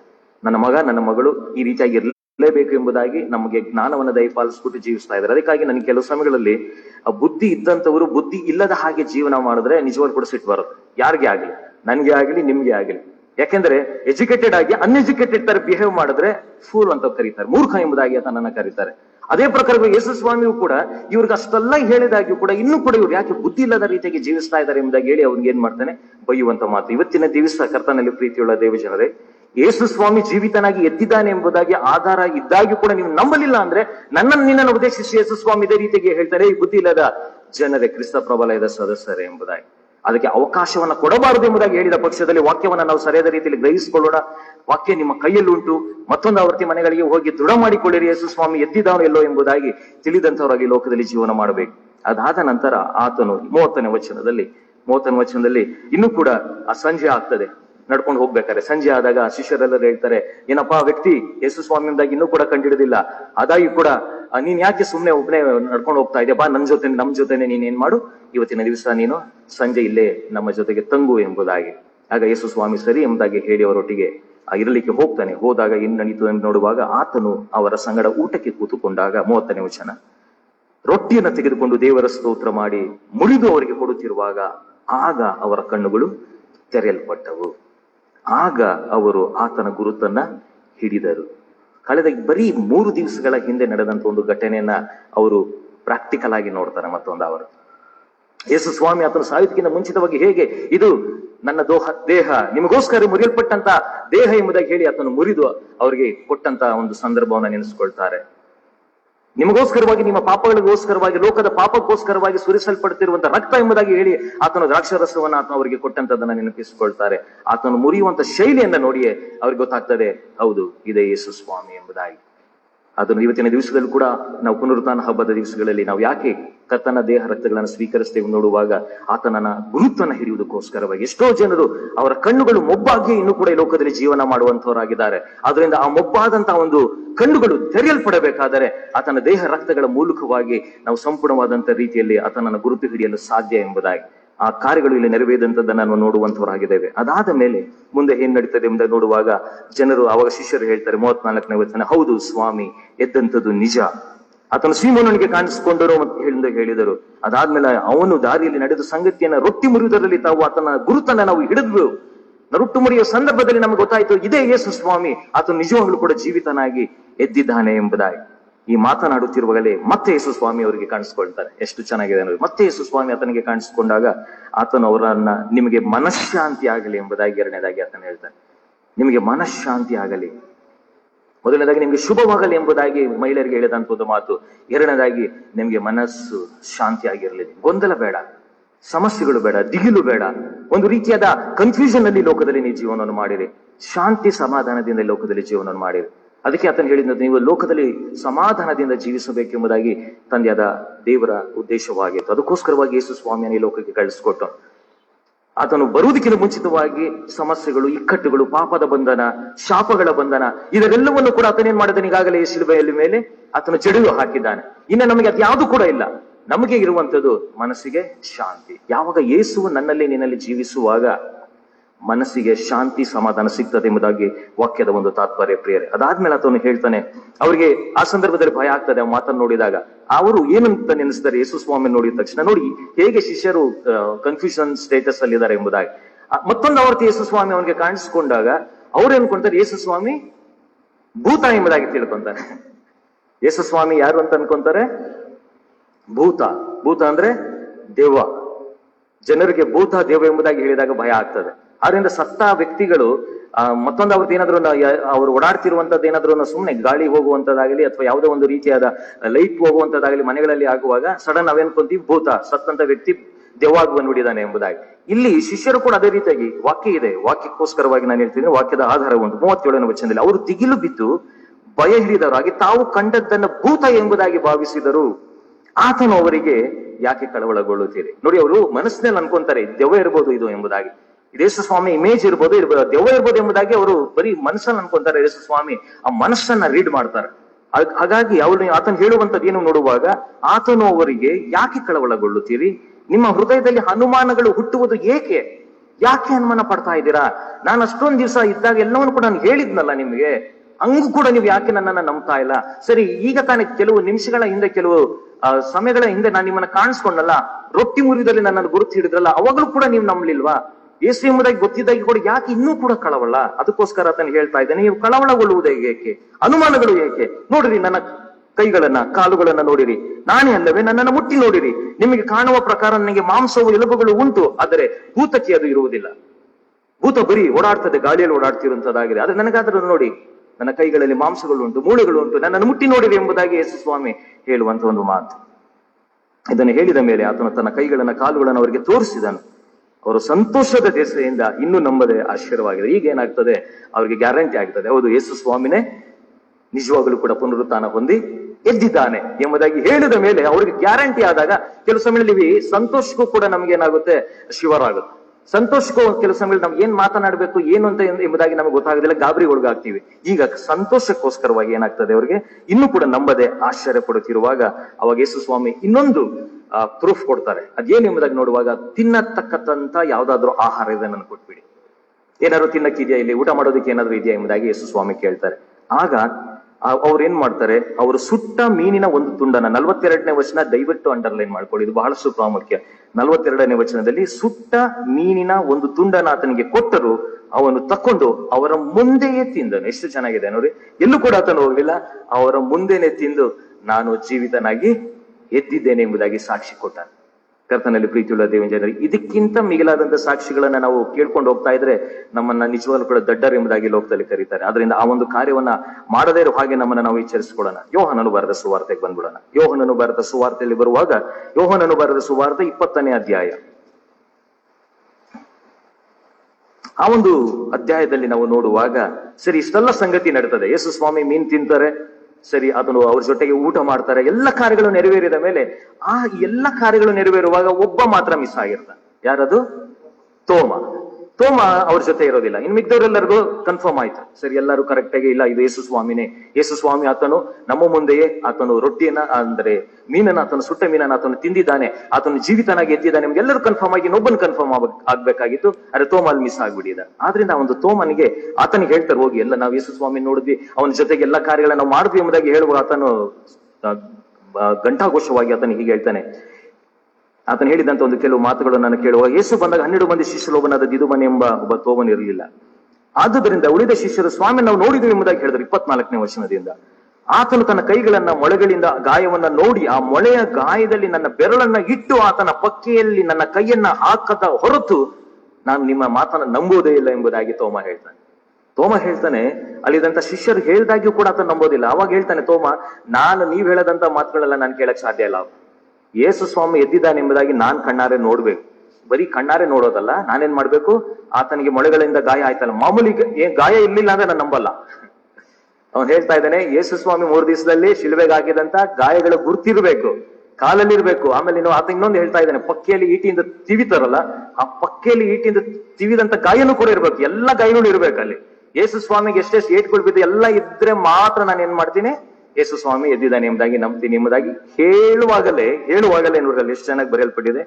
ಆತನು ಯೇಸು ಬಂದು ನಡುವೆ ನಿಂತನು, ನಿಮಗೆ ಸಮಾಧಾನವಾಗಲಿ ಎಂಬುದಾಗಿ ಮತ್ತೆ ಆತನು ಹೇಳ್ತಾನೆ.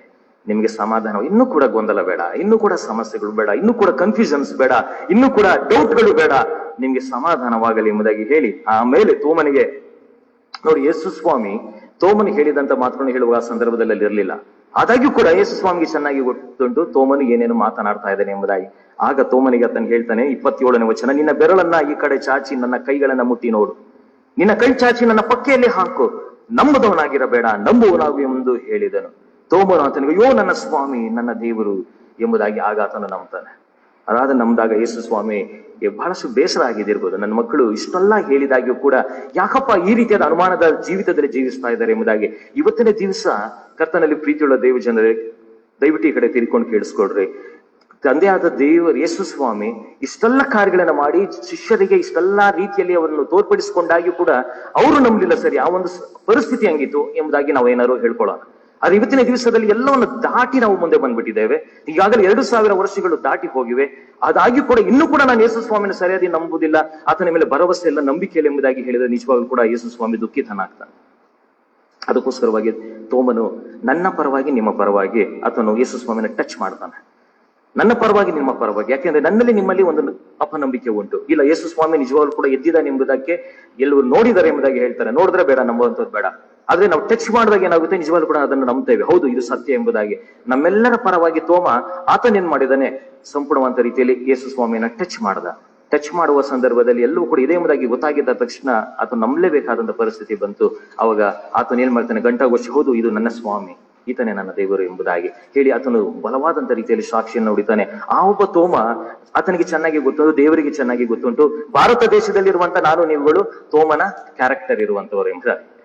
ತೋಮನಲ್ಲಿರುವಂತಹ ಬುದ್ಧಿಜ್ಞಾನಗಳು ನಮ್ಮ ದೇಶಗಳಲ್ಲಿ ಜಾಸ್ತಿ. ಯಾಕೆ ನಾವು ಒಂದು ಮುಟ್ಟದೆ ನಾವು ನಂಬಲ್ಲ.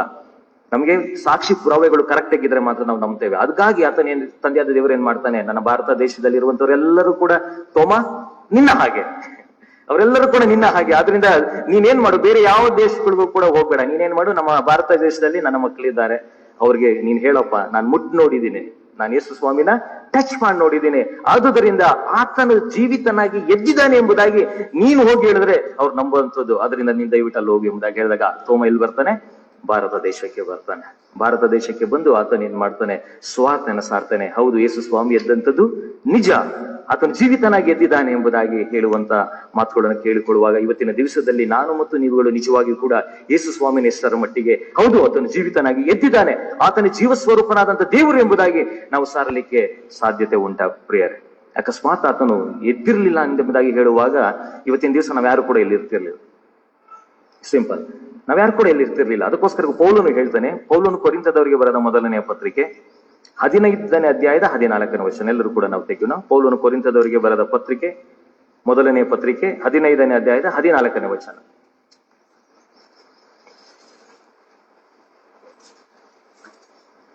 ಕ್ರಿಸ್ತನು ಎದ್ದು ಬಂದಿಲ್ಲವಾದರೆ, ಏನಂತ ಬರೆದಲ್ಪಟ್ಟಿದೆ? ಕ್ರಿಸ್ತನು ಎದ್ದು ಬಂದಿಲ್ಲವಾದರೆ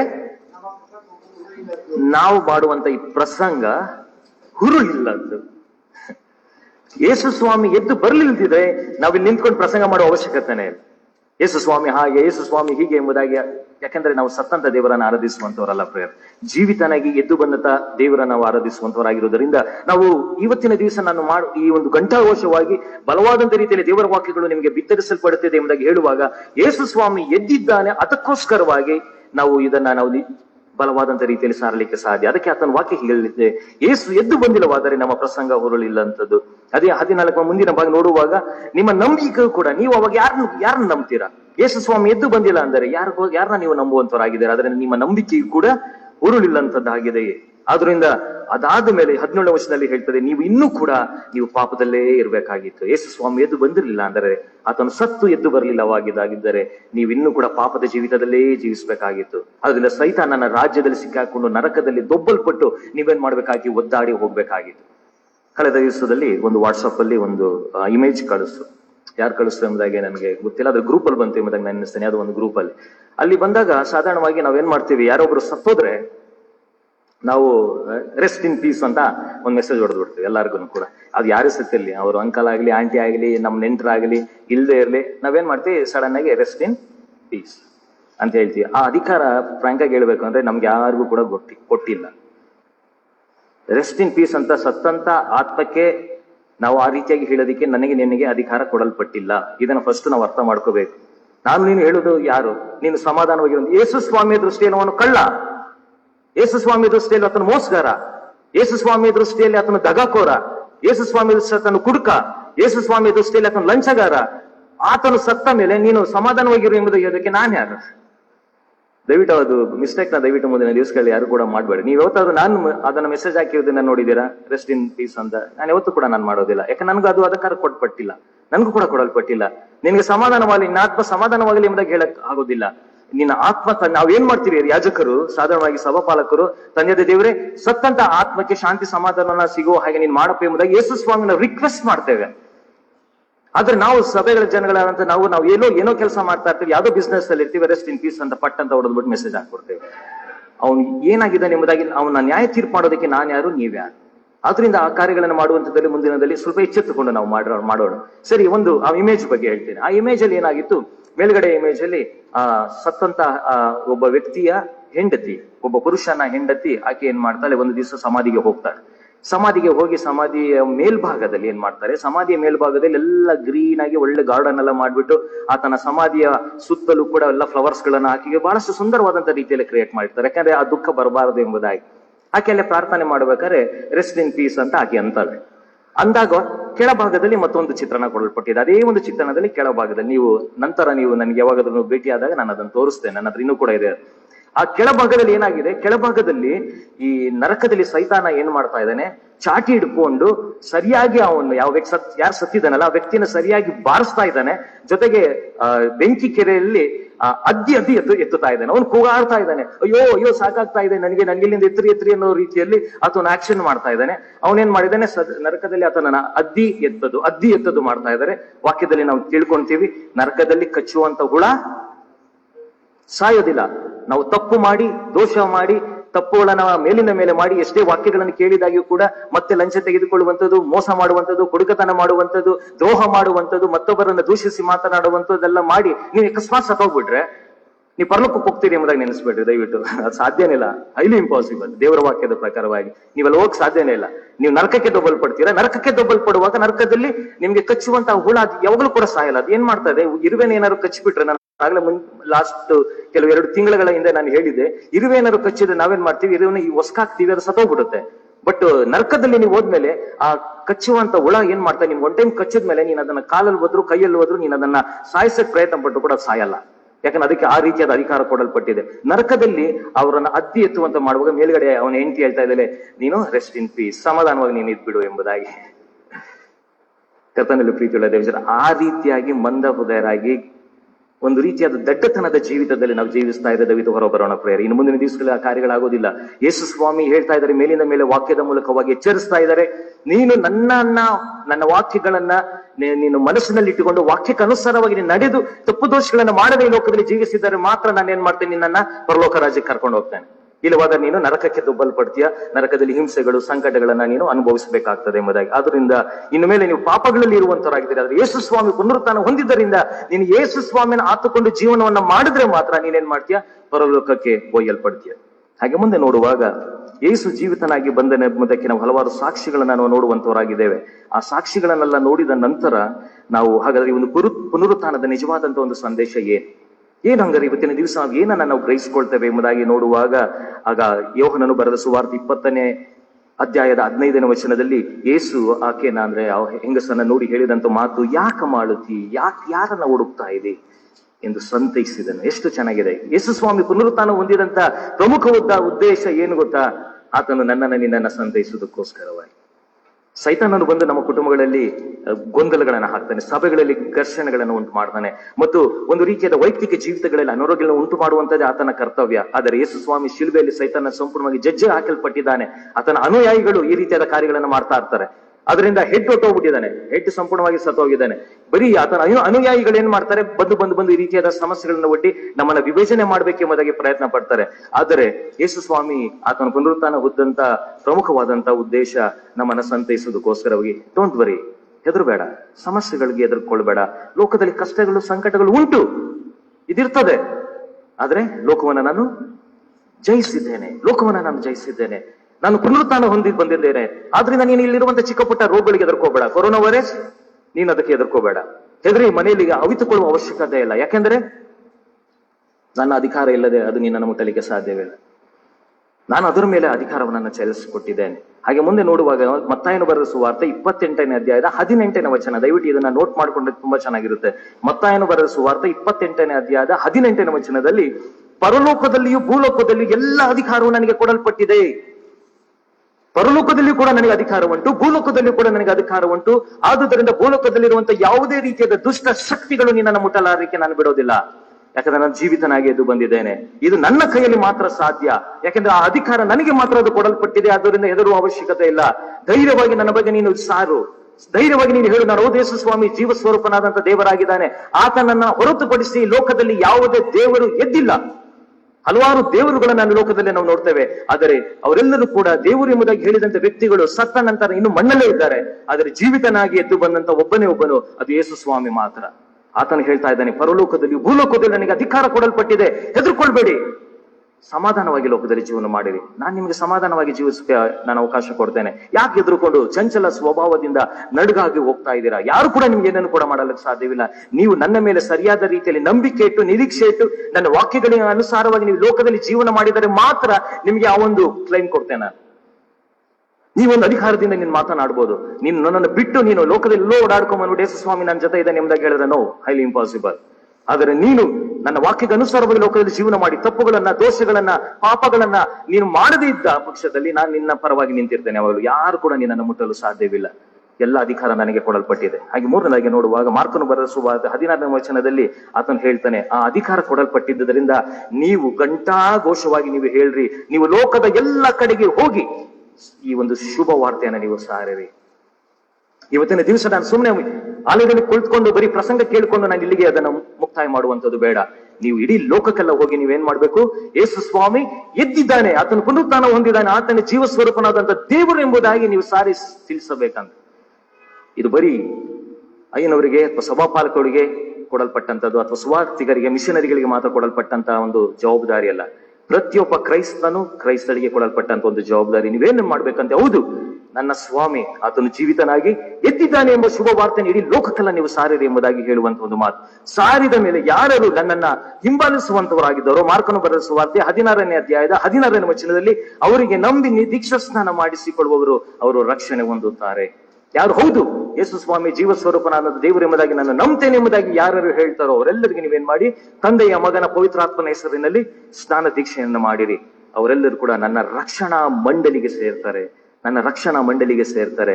ನಾನೇನ್ ಮಾಡ್ತೇನೆ, ನಂದು ಸಾರಿ ಅವರೆಲ್ಲರೂ ಕೂಡ ನನ್ನ ಮಂಡಳಿಗೆ ಸೇರಿದ ಮೇಲೆ ಅವರಿಗೆ ನಾನು ರಕ್ಷಣೆಯನ್ನ ನಾನು ಕೊಡ್ತೇನೆ ಎಂಬುದಾಗಿ ಯೇಸು ಸ್ವಾಮಿ ಹೇಳುವಂತ ಒಂದು ಮಾತು.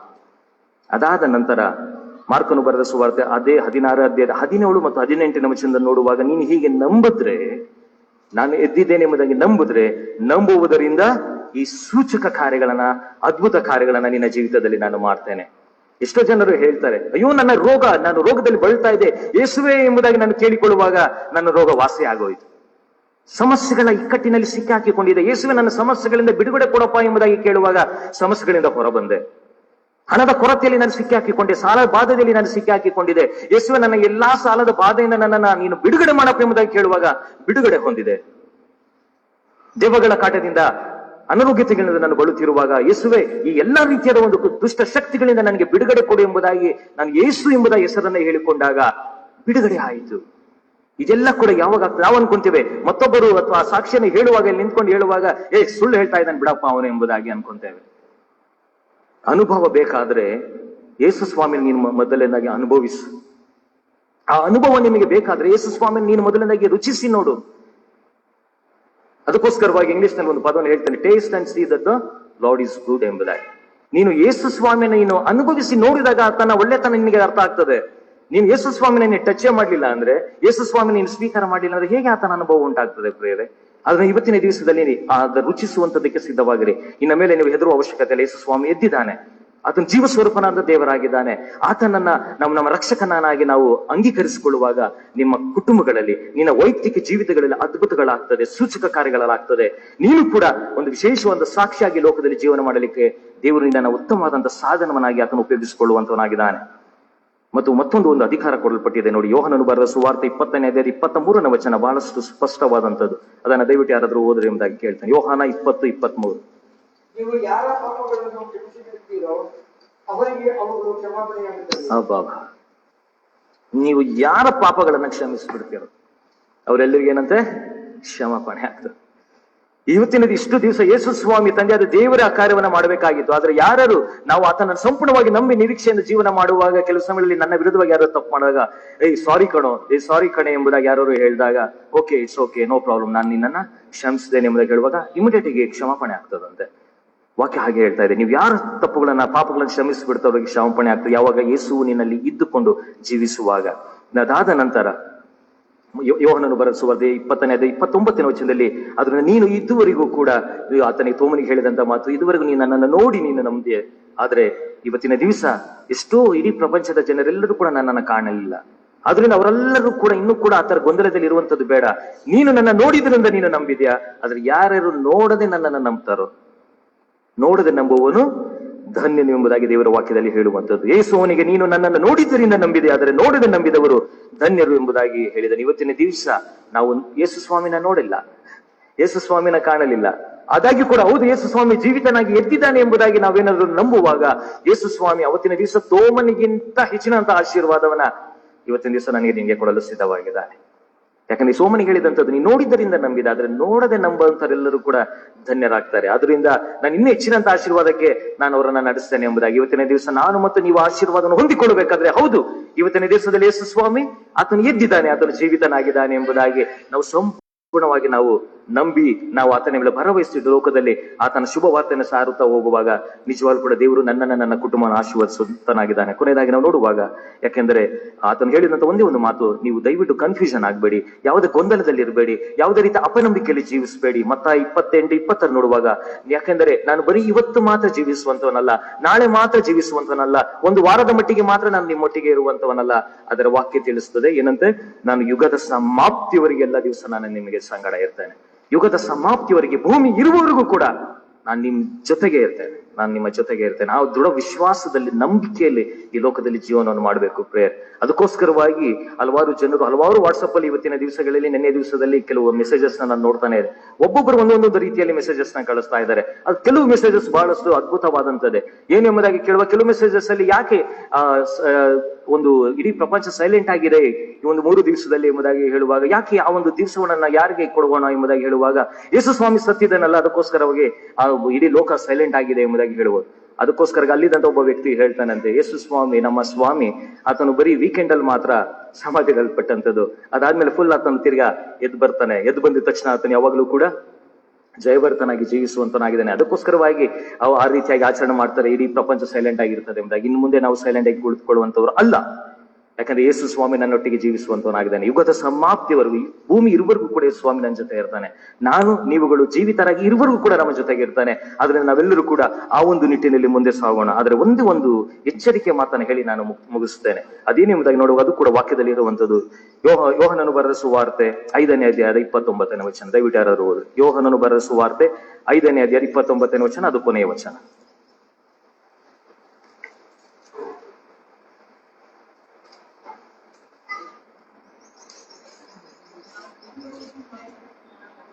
ಯೋಹಾನ 5:29.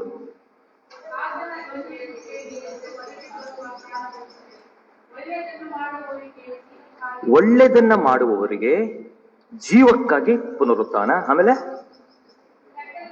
ಕೆಟ್ಟದನ್ನು ನಡೆಸಿದವರಿಗೆ ತೀರ್ಪಿಗಾಗಿ ಪುನರುತ್ಥಾನ. ಅಷ್ಟೇ. ಇವತ್ತಿನ ದಿವಸ ನಾನು ನೀವು ಈ ಲೋಕದಲ್ಲಿ ಜೀವನವನ್ನು ಮಾಡ್ತಿದೀವಲ್ಲ, ಸತ್ತಾದ್ಮೇಲೆ ಏನಪ್ಪಾ? ಸತ್ತಾದ್ಮೇಲೆ ಯಾವ ರೀತಿಗೆ ಯೇಸು ಸ್ವಾಮಿ ಆತನು 3ನೇ ದಿವಸ ಪುನರುತ್ಥಾನ ಹೊಂದಿ ಜೀವಿಸ್ತಾನೋ ಅದೇ ರೀತಿಯಾಗಿ ನನಗೂ ಕೂಡ ನಿಮಗೂ ಕೂಡ ಪುನರುತ್ಥಾನ ಉಂಟು. ಆದ್ರೆ ನಾವು ಕೂಡ ಯೇಸು ಸ್ವಾಮಿಯ ಸಂಗಡ ನಾವು ಎಬ್ಬಿಸಲ್ಪಡ್ತೇವೆ.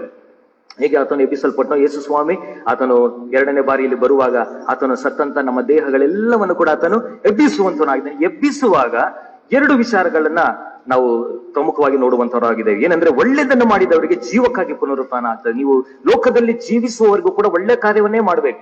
ತಪ್ಪು ಮಾಡಂಗಿಲ್ಲ, ದೋಷ ಮಾಡಂಗಿಲ್ಲ, ಮತ್ತೊಬ್ಬನನ್ನ ನೀನು ಹಾಳು ಮಾಡಂಗಿಲ್ಲ, ಮತ್ತೊಬ್ಬನ ಒಂದು ಜೀವಿತಗಳಲ್ಲಿ ನೀನು ಜೀವಿಸುವಂತವನಲ್ಲ, ದಗ ಮಾಡಂಗಿಲ್ಲ, ಕೊಲೆ ಮಾಡಂಗಿಲ್ಲ, ಕುಡುಕತನ ಮಾಡಂಗಿಲ್ಲ, ಧೂಮಪಾನ ಮಾಡಂಗಿಲ್ಲ. ಎಷ್ಟೋ ಕಾರ್ಯಗಳು ಸತ್ಯವೇದದಲ್ಲಿ ಬರೆಯಲ್ಪಟ್ಟಿದೆ. ಮತ್ತೊಂದು ಆವರ್ತಿ ಆ ವಾಕ್ಯ ಸಂದೇಶ ಈಗ ಬೇಡ, ಆದ್ರೆ ಪ್ರತಿಯೊಂದು ಕೂಡ ಇಲ್ಲಿ ಬರೆಯಲ್ಪಟ್ಟಿದೆ. ಮತ್ತೊಂದು ಆವರ್ತಿ ಅದನ್ನು ನೋಡ್ರಿ. ನೀವು ಒಳ್ಳೆ ಕಾರ್ಯಗಳನ್ನು ಮಾಡಿದ್ರೆ ನೀವು ಜೀವಕ್ಕಾಗಿ ನೀವು ಪುನರುತ್ಥಾನ ಉಂಟಾಗ್ತದೆ. ಆದರೆ ಕೆಟ್ಟ ಕಾರ್ಯಗಳನ್ನ ನೀನೇನಾದ್ರೂ ಮಾಡಿದ್ರೆ ನಿನ್ನನ್ನ ತೀರ್ಪಿಗೋಸ್ಕರವಾಗಿ ನೀನು ಪುನರುತ್ಥಾನ ಆಗ್ತದೆ. ಆಗಲ್ಲ ಎಂಬುದಾಗಿ ಅಲ್ವಾ, ನೀನು ಪುನರುತ್ಥಾನ ಹೊಂದುತ್ತೀಯ. ಆದ್ರೆ ಒಳ್ಳೇದ್ ಮಾಡಿದಾಗ ನಿನ್ಗೆ ಜೀವಕ್ಕಾಗಿ, ಕೆಟ್ಟದ್ ಮಾಡಿದ್ರೆ ನ್ಯಾಯ ತೀರ್ಪಿಗಾಗಿ ಕೊನೆಗೆ ನೀನೆಲ್ಲ ಹೋಗ್ತೀಯ, ನಿನ್ನ ನರಕಕ್ಕೆ ದೊಬ್ಬಲ್ಪಡ್ತೀಯ. ಆದ್ರಿಂದ ಆಯ್ಕೆ ನಮ್ಮದು ಪ್ರಿಯರೇ, ಆಯ್ಕೆ ನಮ್ಮದು. ನಾನು ಜೀವಿತನಾಗಿರುವರು ಕೂಡ ಯೇಸುವಿಗೋಸ್ಕರವಾಗಿ ಬದುಕೋಣ, ಒಳ್ಳೆ ಕಾರ್ಯಗಳನ್ನೇ ಮಾಡೋಣ. ಯೇಸುವಿನ ವಿರುದ್ಧವಾದ ಕಾರ್ಯಗಳಲ್ಲಿ ಒಂದನ್ನು ಕೂಡ ಮಾಡುವಂಥದ್ದು ಬೇಡ. ಮತ್ತು ದೇವರ ವಾಕ್ಯ ಏನು ತಿಳಿಸ್ತದೋ ಅದಕ್ಕನುಸಾರವಾಗಿ ಮಾತ್ರ ಈ ಲೋಕದ ಜೀವನವನ್ನು ಮಾಡಿದ್ರೆ ನಾವು ಆ ರೀತಿಯಾಗಿ ಜೀವಿಸಲಿಕ್ಕೆ ಸಾಧ್ಯ ಉಂಟು. ಅದರಿಂದ ಯೋಹನನು 5:21 ಹೇಳ್ತಾರೆ, ತಂದೆಯು ಹೇಗೆ ಸತ್ತವರನ್ನ ಎಬ್ಬಿಸಿ ಬದುಕಿಸ್ತಾನೋ ಹಾಗೆ ಮಗನು ಸಹ ತನಗೆ ಬೇಕಾದವರನ್ನ ಬದುಕಿಸ್ತಾನಂತೆ. ಎಷ್ಟು ಚೆನ್ನಾಗಿ ಬರೆಯಲ್ಪಟ್ಟಿದೆ. ಹೇಗೆ ತಂದೆಯಾದ ದೇವರು ಯೇಸು ಸ್ವಾಮಿಯನ್ನ ಸತ್ತದಿಂದ ಎಬ್ಬಿಸಿದನು, ಅದೇ ಪ್ರಕಾರವಾಗಿ ಯೇಸು ಸ್ವಾಮಿಗೆ ಈಗ ಅಧಿಕಾರ ಕೊಡಲ್ಪಟ್ಟಿದೆ. ಯೇಸು ಸ್ವಾಮಿ ತನಗೆ ಬೇಕಾದವರನ್ನ, ಅಲ್ಲಿ ವಾಕ್ಯ ಹಂಗೆ ಬರೆಯಲ್ಪಟ್ಟಿದ್ದು, ತನಗೆ ಬೇಕಾದವರೆಲ್ಲರನ್ನು ಕೂಡ ಆತನು ಎಬ್ಬಿಸ್ತಾನೆ. ಇವತ್ತಿನ ದಿವಸ ನಾನು ಮತ್ತು ನೀವುಗಳು ಯೇಸು ಸ್ವಾಮಿಗೆ ಬೇಕಾದಂತ ವ್ಯಕ್ತಿಗಳು ಆಗಿದ್ದೇವೆಯಾ? ನಾನು ಮತ್ತು ನೀವುಗಳು ಯೇಸುವಿನ ದೃಷ್ಟಿಯಲ್ಲಿ ಬೇಕಾದಂತ ಜನರು ಆಗಿದ್ದೇವೆಯಾ? ನಿನ್ನನ್ನು ಯೇಸು ಸ್ವಾಮಿ ನೋಡುವಾಗ, ಹೌದು ಈತನು ಪ್ರಿಯನಾಗಿರೋ ನನ್ನ ಮಗನು, ನನ್ನ ಮಗಳು ಎಂಬುದಾಗಿ ಯೇಸು ಸ್ವಾಮಿ ನನ್ನನ್ನು ಕರೆಯುವುದಕ್ಕೆ ನನ್ನ ಜೀವಿತ ಆ ರೀತಿಯಾಗಿ ಪರಿಶುದ್ಧವಾಗಿ ಇದೆಯಾ ಎಂಬುದಾಗಿ ನಾವು ನಮ್ಮನ್ನು ಪರೀಕ್ಷಿಸಿಕೊಂಡಂತವರಾಗಿ ನಾವು ದೇವರ ಹಸ್ತಕ್ಕೆ ನಮ್ಮನ್ನು ಒಪ್ಪಿಸಿಕೊಡುವ ಹಾಗೆ ನಾವು ಕ್ಷಣಕಾಲ ಮೌನವಾಗಿದ್ದು ನಮ್ಮ ಶಿರಗಳನ್ನು ಭಾಗಿಸಿ ದೇವರ ಹಸ್ತಕ್ಕೆ ನಮ್ಮನ್ನು ಒಪ್ಪಿಸಿಕೊಡೋಣ. ಪ್ರಾರ್ಥನೆ ಮಾಡೋಣ. ಜೀವ ಸ್ವರೂಪನಾದಂತಹ ಸರ್ವಶಕ್ತನಾದ ತಂದೆ ದೇವ್, ನಿಮ್ಗೆ ಸ್ತೋತ್ರ ಸ್ವಾಮಿ. ಜೀವವುಳ್ಳ ವಾಕ್ಯಗಳನ್ನ ಇವತ್ತಿನ ದಿವಸದಲ್ಲಿ ನಾವು ಕೇಳಿಸಿಕೊಂಡಿದ್ದೇವೆ. ಹೌದು ಸ್ವಾಮಿ, ಎಷ್ಟೋ ಆಧಾರದ ಮೇಲೆ ಹೌದು ನೀನು ಜೀವಿತನಾಗಿ ಎದ್ದಿದೆಯಾ ಎಂಬುದಕ್ಕೆ ಪುರಾವೆಗಳನ್ನು ಕೂಡ ಈ ಸಂದರ್ಭದಲ್ಲಿ ನಾವು ವಾಕ್ಯದ ಮೂಲಕವಾಗಿ ತಿಳಿದುಕೊಂಡಿದ್ದೇವೆ. ಹೌದು ಸ್ವಾಮಿ, ಇನ್ನು ಮುಂದಿನ ದಿವಸಗಳಲ್ಲಿ ನಾವು ನಿನ್ನನ್ನೇ ಆತುಕೊಂಡು ಜೀವನ ಮಾಡ್ತೇವೆ. ಇಷ್ಟು ದಿವಸದವರೆಗೆ ಲೋಕದ ಆಸೆ ಆಮಿಷಗಳಿಗೆ ಸಿಕ್ಕಿ ಹಾಕಿಕೊಂಡು ಕೆಲವು ಸಮಯಗಳಲ್ಲಿ ಸೈತಾನನ ಒಂದು ಶೋಧನೆಗೆ ಒಳಗಾಗಿ ನಾವು ತಪ್ಪು ದೋಷಗಳನ್ನು ಮಾಡಿದ್ದೇವೆ. ಹೌದು ಸ್ವಾಮಿ, ಸತ್ಯ. ದಯವಿಟ್ಟು ನಮ್ಮನ್ನ ಕ್ಷಮಿಸು ಎಂಬುದಾಗಿ ಈ ಸಮಯದಲ್ಲಿ ನಾವು ಬೇಡಿಕೊಳ್ಳುತ್ತೇವೆ. ಇನ್ನು ಮುಂದಿನ ದಿವಸಗಳಲ್ಲಿ ಯಾವುದೇ ಕಾರಣ ಕೂಡ ಈ ಒಂದು ಸೈತಾನನ ಶೋಧನೆಗೆ ನಾವು ಒಳಪಡದಿರುವ ಹಾಗೆ ನಿನ್ನ ಕೃಪಾ ಕಟಾಕ್ಷದಲ್ಲಿ ನಮ್ಮನ್ನು ಇರಿಸು ಸ್ವಾಮಿ. ಇವತ್ತಿನ ದಿವಸದಲ್ಲಿ ವಾಕ್ಯಗಳನ್ನ ಕೇಳಿಸಿಕೊಂಡಂತ ಪ್ರತಿಯೊಂದು ವ್ಯಕ್ತಿಗಳು, ಆನ್ಲೈನ್ ಮೂಲಕವಾಗಿ ನೋಡುತ್ತಿರುವಂತ ಮನೆಗಳಲ್ಲಿ ಕುಳಿತುಕೊಂಡು ನೋಡ್ತಿರುವಂತ ಎಲ್ಲ ವ್ಯಕ್ತಿಗಳನ್ನ ನೀನು ಮುಟ್ಟಿ ಬಲಪಡಿಸು, ಆಶೀರ್ವಾದ ಮಾಡಿ ಅವರೆಲ್ಲರೂ ಕೂಡ ಇವತ್ತಿನ ದಿವಸದಲ್ಲಿ ರಕ್ಷಿಸಲ್ಪಡಬೇಕು. ಹೌದು, ಜೀವ ಸ್ವರೂಪನಾದಂತ ದೇವರನ್ನ ನಾವು ಆರಾಧನೆ ಮಾಡುವಂತವರಾಗಿದ್ದೇವೆ. ಎದುರು ಅವಶ್ಯಕತೆ ಇಲ್ಲ. ಲೋಕದಲ್ಲಿ ಏನೇ ಕಷ್ಟಗಳು, ಸಮಸ್ಯೆಗಳು, ಏನೇ ಅನಾರೋಗ್ಯತೆಗಳು ಬಂದಾಗ್ಯೂ ಕೂಡ ಎಲ್ಲದರ ಮೇಲೆ ತಂದೆಯಾದ ದೇವರು ಅಧಿಕಾರವನ್ನು ಹೊಂದಿದಂತವನಾಗಿದ್ದಾನೆ. ಯಾವಾಗ ನಾನು ಆತನಲ್ಲಿ ಜೀವಿಸುವಾಗ ನನ್ನನ್ನ ಯಾವುದೇ ರೀತಿಯಾದ ದುಷ್ಟ ಶಕ್ತಿಗಳು ಮುಟ್ಟಲು ಸಾಧ್ಯವಿಲ್ಲ ಎಂಬುದಾಗಿ ನಾವು ತಿಳಿದಂತವರಾಗಿ ನಾವು ಲೋಕದಲ್ಲಿ ಜೀವನ ಮಾಡಲಿಕ್ಕಾಗ ಒಂದು ಕೃಪೆಗೆ ನಮ್ಮನ್ನು ಆಶೀರ್ವಾದ ಮಾಡು. ಆ ಧೈರ್ಯದ ಆತ್ಮವನ್ನು ನಮಗೆ ದಯಪಾಲಿಸಿಕೊಡು ಸ್ವಾಮಿ. ಇನ್ನು ಮುಂದೆ ಯಾವುದಕ್ಕೆ ಕಾಡೋ ನಾವು ಹೆದರದೆ ಯೇಸು ಸ್ವಾಮಿ ನನ್ನಲ್ಲಿರುವಾಗ ನಾವು ಹೆದರುವಂತ ಅವಶ್ಯಕತೆ ಏನು ಎಂಬುದಾಗಿ, ಯಾಕಂದ್ರೆ ಸಂಗೀತಗಾರನು ಹೇಳುವಾಗ ಭಯವು ಯಾಕೆ ನಮಗೆ, ದೇವರ ದಯವು ಇರುವವರೆಗೆ ಎಂಬುದಾಗಿ ಒಬ್ಬ ಸಂಗೀತಗಾರನು ಹೇಳುವ ಹಾಗೆ ಇವತ್ತಿನ ದಿವಸದಲ್ಲಿ ನಾವು ಹೇಳ್ತೇವೆ, ಹೌದು ಸ್ವಾಮಿ, ನೀನು ನನ್ನಲ್ಲಿರುವಾಗ ನನಗೆ ಲೋಕದಲ್ಲಿ ಯಾವುದೇ ರೀತಿಯಾದ ಭಯವ ಇಲ್ಲ ಎಂಬುದಾಗಿ.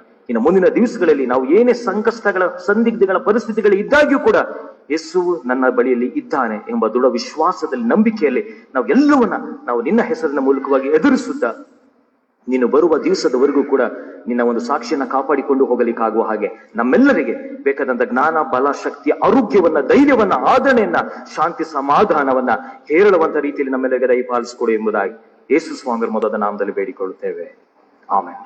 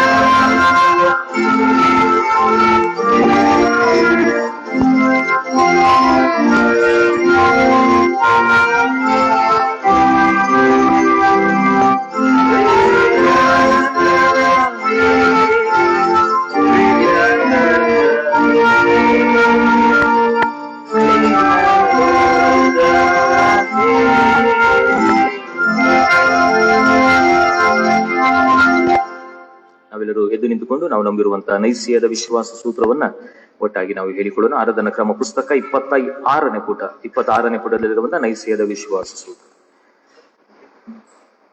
ಸರ್ವಶಕ್ತನಾದ ತಂದೆಯಾಗಿರುವ ಒಬ್ಬನೇ ದೇವರನ್ನ ನಂಬುತ್ತೇನೆ. ಆತನು ಪರಲೋಕ ಭೂಲೋಕಗಳನ್ನ ಎಲ್ಲಾ ದೃಶ್ಯ ವಸ್ತುಗಳನ್ನು ಉಂಟು ಮಾಡುವವನಾಗಿದ್ದಾನೆ. ಒಬ್ಬನೇ ಕರ್ತನಾದ ಯೇಸು ಕ್ರಿಸ್ತನನ್ನ ನಂಬುತ್ತೇನೆ. ಈತನು ಅನಾದಿಯಿಂದಲೇ ದೇವರ ಏಕಪುತ್ರನು, ದೇವರಿಂದಾಗುವ ದೇವರು, ಪರಂಜ್ಯೋತಿಯಿಂದಾಗುವ ಪರಂಜ್ಯೋತಿಯು, ಸಾಕ್ಷಾತ್ ದೇವರಿಂದಾಗುವ ಸಾಕ್ಷಾತ್ ದೇವರು ಆಗಿದ್ದಾನೆ. ಈತನ ಸೃಷ್ಟಿಯಲ್ಲ, ದೇವರ ನಿತ್ಯ ಪುತ್ರನೇ. ತಂದೆಯ ತತ್ವವು ಈತನ ತತ್ವವು ಒಂದೇ. ಈತನ ಮೂಲಕವಾಗಿ ಸಮಸ್ತವು ಉಂಟಾಯಿತು. ಈತನು ಮನುಷ್ಯರಾದ ನಮಗೆ ಹಿತವನ್ನ ಬಯಸಿ ನಮ್ಮ ರಕ್ಷಣಾರ್ಥವಾಗಿ ಪರಲೋಕದಿಂದ ಇಳಿದು ಪವಿತ್ರಾತ್ಮನಿಂದ ಮರಿಯಳೆಂಬ ಕನ್ಯೆಯಲ್ಲಿ ದೇಹ ಧರಿಸಿಕೊಂಡು ಮನುಷ್ಯನಾದನು. ಪೋಂತಿಪೆಲತನ ಆಧಿಪತ್ಯದಲ್ಲಿ ನಮಗೋಸ್ಕರ ಶಿಲುಬೆಗೆ ಜಡಿಯಲ್ಪಟ್ಟು ಬಾಧೆಯನ್ನು ಅನುಭವಿಸಿ ಸತ್ತು ಸಮಾಧಿಡಲ್ಪಟ್ಟನು. ವೇದೋಕ್ತಿಗೆ ಅನುಸಾರವಾಗಿ 3ನೇ ದಿನದಲ್ಲಿ ಎದ್ದು ಬಂದು ಪರಲೋಕಕ್ಕೆ ಏರಿ ಹೋಗಿ ತಂದೆಯಾದ ಬಲಗಡೆಯಲ್ಲಿ ಕುಳಿತುಕೊಂಡಿದ್ದಾನೆ. ಈತನ ತಿರುಗಿ ವೈಭವದೊಡನೆ ಬಂದು ಬದುಕಿರುವವರಿಗೂ ಸತ್ತವರಿಗೂ ನ್ಯಾಯ ತೀರಿಸುವನು. ಈತನ ರಾಜ್ಯಕ್ಕೆ ಅಂತ್ಯವೇ ಇಲ್ಲ. ಪವಿತ್ರಾತ್ಮನನ್ನ ನಂಬುತ್ತೇನೆ. ಈತನು ಕರ್ತನು, ಜೀವದಾಯಕನು.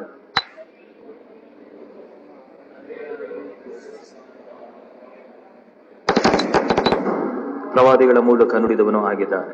ಪವಿತ್ರವಾಗಿಯೂ ಸರ್ವಸಾಧಾರಣವಾಗಿಯೂ ಅಪೋಸ್ತಲರಿಂದ ಸ್ಥಾಪಿತವಾಗಿರುವ ಒಂದೇ ಸಭೆಯನ್ನು ನಂಬುತ್ತೇನೆ. ಪಾಪ ಪರಿಹಾರಕ್ಕಾಗಿ ಒಂದೇ ದೀಕ್ಷಾ ಸ್ನಾನ ಉಂಟೆಂದು ಒಪ್ಪಿಕೊಳ್ಳುತ್ತೇನೆ. ಸತ್ತವರ ಪುನರುತ್ಥಾನವನ್ನ, ಮುಂದಣ ಲೋಕದ ಜೀವವನ್ನು ಎದುರು ನೋಡುತ್ತೇನೆ. ಆಮೇಲೆ ಸಭೆಯ ಬಿಟ್ಟು ಕುಳಿತುಕೊಳ್ಳಿರಿ. ಈಗ ಕ್ರಿಸ್ತ ಪ್ರಬಲೆಯ ಸಿಂಗಿಂಗ್ ಟೀಮ್ ಸದಸ್ಯರಿಂದ ಒಂದು ವಿಶೇಷ ಗೀತೆಯನ್ನ ನಾವು ಕೇಳಿಸ್ಕೊಳ್ಳೋಣ. ಎಲ್ಲರೂ ಕೂಡ ಮಾಸ್ಕ್ ಗಳನ್ನ ಧರಿಸಿ ಮುಂದೆ ಬರುವಂತೆ ನಾನು ಕೇಳಿಕೊಳ್ಳೋಣ.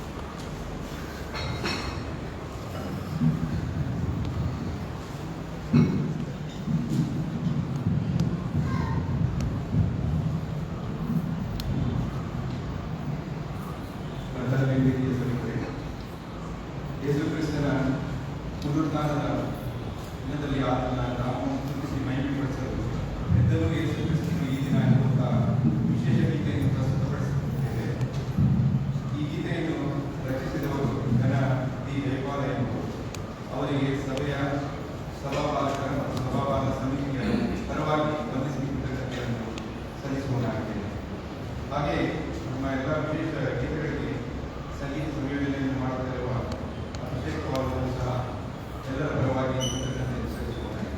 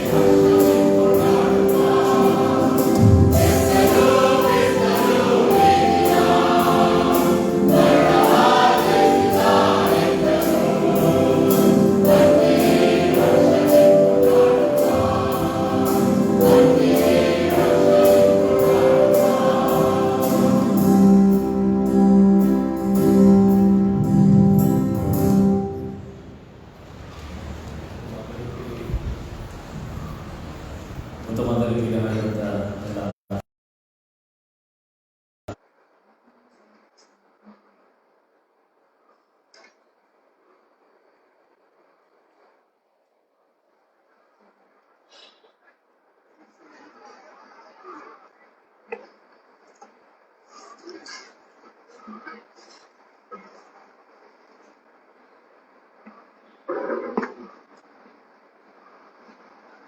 ಸಭೆಯವರಿಗೆ ತಿಳಿಸತಕ್ಕ ವಿಷಯಗಳು. ಕ್ರಿಸ್ತನ ಪುನರುತ್ಥಾನದ ಹಬ್ಬದ ಆರಾಧನೆಗೆ ಬಂದಿರುವ ತಮ್ಮೆಲ್ಲರನ್ನು ಹಾಗೂ ಇಂದಿನ ದೈವ ಸಂದೇಶವನ್ನು ನೀಡಿ ಆರಾಧನೆಯನ್ನು ನಡೆಸಿಕೊಡುತ್ತಿರುವ ಗಣ ನೋವು ಸಂಕುಮಾರ ಅಯ್ಯನವರಿಗೂ ಕ್ರಿಸ್ತನ ಪ್ರೀತಿಯ ಹೆಸರಿನಲ್ಲಿ ಸ್ವಾಗತಿಸಿ ವಂದಿಸುವನಾಗಿದ್ದೇನೆ. ಈ ವಾರದಲ್ಲಿ ತಮ್ಮ ಜನ್ಮದಿನವನ್ನು ಎದುರು ನೋಡುತ್ತಿರುವ ನಮ್ಮ ಸಭಿಕರು Shri Gaurav Anson, Shrimati Krupa Caroline, Shrimati M D. Manorame, Shri Pradeep P, Kumari Anuksha Prasanna, Kumar Arnav, Shri P Srinivasarao, Shri J Shreyas, Kumari Pavitra L, Kumari Krupa S ಇವರುಗಳು. ಈ ವಾರದಲ್ಲಿ ತಮ್ಮ ವಿವಾಹ ವಾರ್ಷಿಕೋತ್ಸವವನ್ನು ಆಚರಿಸುತ್ತಿರುವ ನಮ್ಮ ಸಭಾ ದಂಪತಿಗಳು ಶ್ರೀಮತಿ ಎಲ್ ಭಾಗ್ಯ ಹಾಗೂ ಶ್ರೀ ಎಲ್ ಸ್ಟೀಫನ್ ಇವರುಗಳು. ಇವರೆಲ್ಲರನ್ನೂ ತಂದೆ ದೇವರು ಮುಂದಿನ ದಿನಗಳಲ್ಲಿ ಇನ್ನೂ ಹೆಚ್ಚಾಗಿ ಆಶೀರ್ವದಿಸಲೆಂದು ಸಭೆಯಾಗಿ ಹಾರೈಸುವವರಾಗಿದ್ದೇವೆ. ಕಳೆದ ವಾರದ ಕಾಣಿಕೆ ವಿವರ: ಸಭಾವಂತಿಕೆಯಾಗಿ ಬಂದು 10,320 ರೂಪಾಯಿಗಳು, ಕಾಣಿಕೆ ಚೀಲದಿಂದ ಬಂದು 5,650 ರೂಪಾಯಿಗಳು, ಕೃತಜ್ಞತಾ ಕಾಣಿಕೆಯಾಗಿ 31,550 ರೂಪಾಯಿಗಳು, ಜನ್ಮದಿನದ ಕಾಣಿಕೆ 3,900 ರೂಪಾಯಿಗಳು, ದಶಮಾಂಶ ಕಾಣಿಕೆ 17,400 ರೂಪಾಯಿಗಳು, ಪುನರುತ್ಥಾನ ಹಬ್ಬದ ಕಾಣಿಕೆ 1,000 ರೂಪಾಯಿಗಳು, ತೆಂಗಿನಕಾಯಿ ಮಾರಾಟದಿಂದ ಬಂದದ್ದು 500 ರೂಪಾಯಿಗಳು. ಒಟ್ಟು ಸಂಗ್ರಹವಾದಂಥ ಕಾಣಿಕೆ 70,320 ರೂಪಾಯಿಗಳು. ದಿನಾಂಕ 29/3/2021 ಸೋಮವಾರ ಸಾಯಂಕಾಲ ಆರಾಧನೆಯಲ್ಲಿ ಬಂದಂಥ ಕಾಣಿಕೆ 2,880 ರೂಪಾಯಿಗಳು.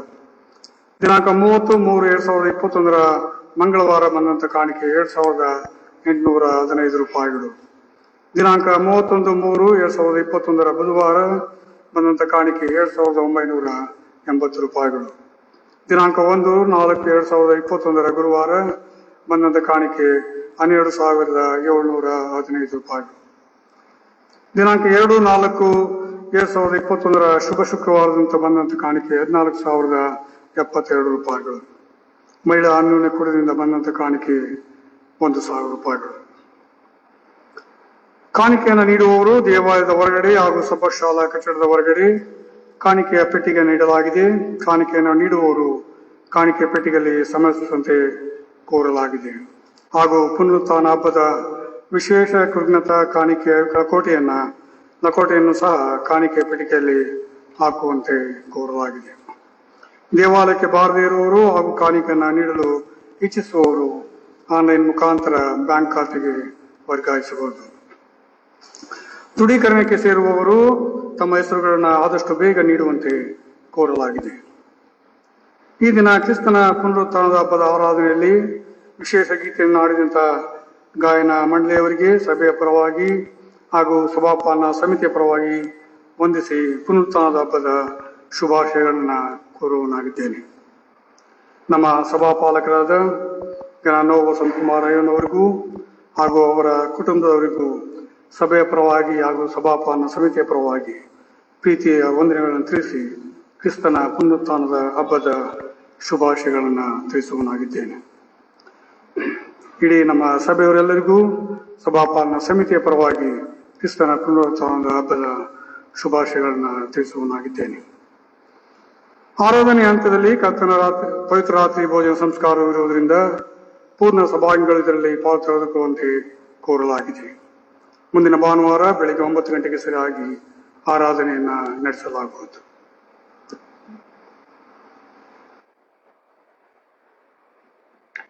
ಕಳೆದ ವಾರಗಳಲ್ಲಿ ನಾವು ಪ್ರಕಟಿಸಿದ ಕೆಲವು ಸಂಗತಿಗಳನ್ನ ಹೇಳುವಂತನಾಗಿದ್ದೇನೆ. ಏಕೆಂದರೆ ಈಗ ಬಹಳಷ್ಟು ಜನರು ತಮ್ಮ ವಿಳಾಸಗಳನ್ನ ನೀವು ಬದಲಾಯಿಸಿಕೊಂಡಿದ್ದೀರಾ, ಮನೆಗಳನ್ನ ನೀವು ಬದಲಾಯಿಸಿಕೊಂಡಿದ್ದೀರಾ. ಹಲವಾರು ಬಾರಿ ನಾವು ಅದನ್ನ ಹೇಳ್ತಾ ಇದ್ದೆವು. ಆದಾಗ್ಯೂ ಕೂಡ ನಿಮ್ಮ ಅಡ್ರೆಸ್ಗಳನ್ನ ನಾವು ಕಮಿಟಿಯ ಸದಸ್ಯರುಗಳಿಗೆ ನೀವು ಸಲ್ಲಿಸಿರಿ ಎಂಬುದಾಗಿ ಹೇಳಿದಾಗ ಕೂಡ ಕೆಲವರು ಸಲ್ಲಿಸಿಲ್ಲ.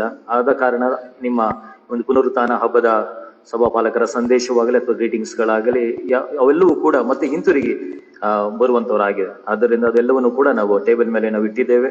ಯಾರಿಗೆ ಸಿಕ್ಕಲಿಲ್ಲವೋ ದಯವಿಟ್ಟು ಅದನ್ನು ಪಡೆದುಕೊಳ್ಳಿರಿ. ಇನ್ನು ಮುಂದಿನ ದಿವಸಗಳಲ್ಲಾದರೂ ನೀವು ಚೇಂಜ್ ಆಫ್ ಅಡ್ರೆಸ್ ಅನ್ನ ದಯವಿಟ್ಟು ನೀವು ಸಮಿತಿಯ ಸದಸ್ಯರಿಗೆ ಕೊಟ್ಟಿದ್ದ ಪಕ್ಷದಲ್ಲಿ ನಾವು ಅದನ್ನ ಬದಲಾವಣೆ ಮಾಡಿ ನೀವು ಚೇಂಜ್ ಆಗಿರುವಂತಹ ಒಂದು ಅಡ್ರೆಸ್ ಗಳಿಗೆ ನಾವು ಕಳಿಸುವಂತವರಾಗಿದ್ದೇವೆ. ಇದನ್ನು ಗಮನದಲ್ಲಿಟ್ಟುಕೊಂಡು ದಯವಿಟ್ಟು ಸಹಕಾರ ನೀಡುವಂತೆ ಪ್ರೀತಿಪೂರ್ವಕವಾಗಿ ಸಭೆಯವರನ್ನ ನಾನು ಕೇಳಿಕೊಳ್ಳುವಂತನಾಗಿದ್ದೇನೆ.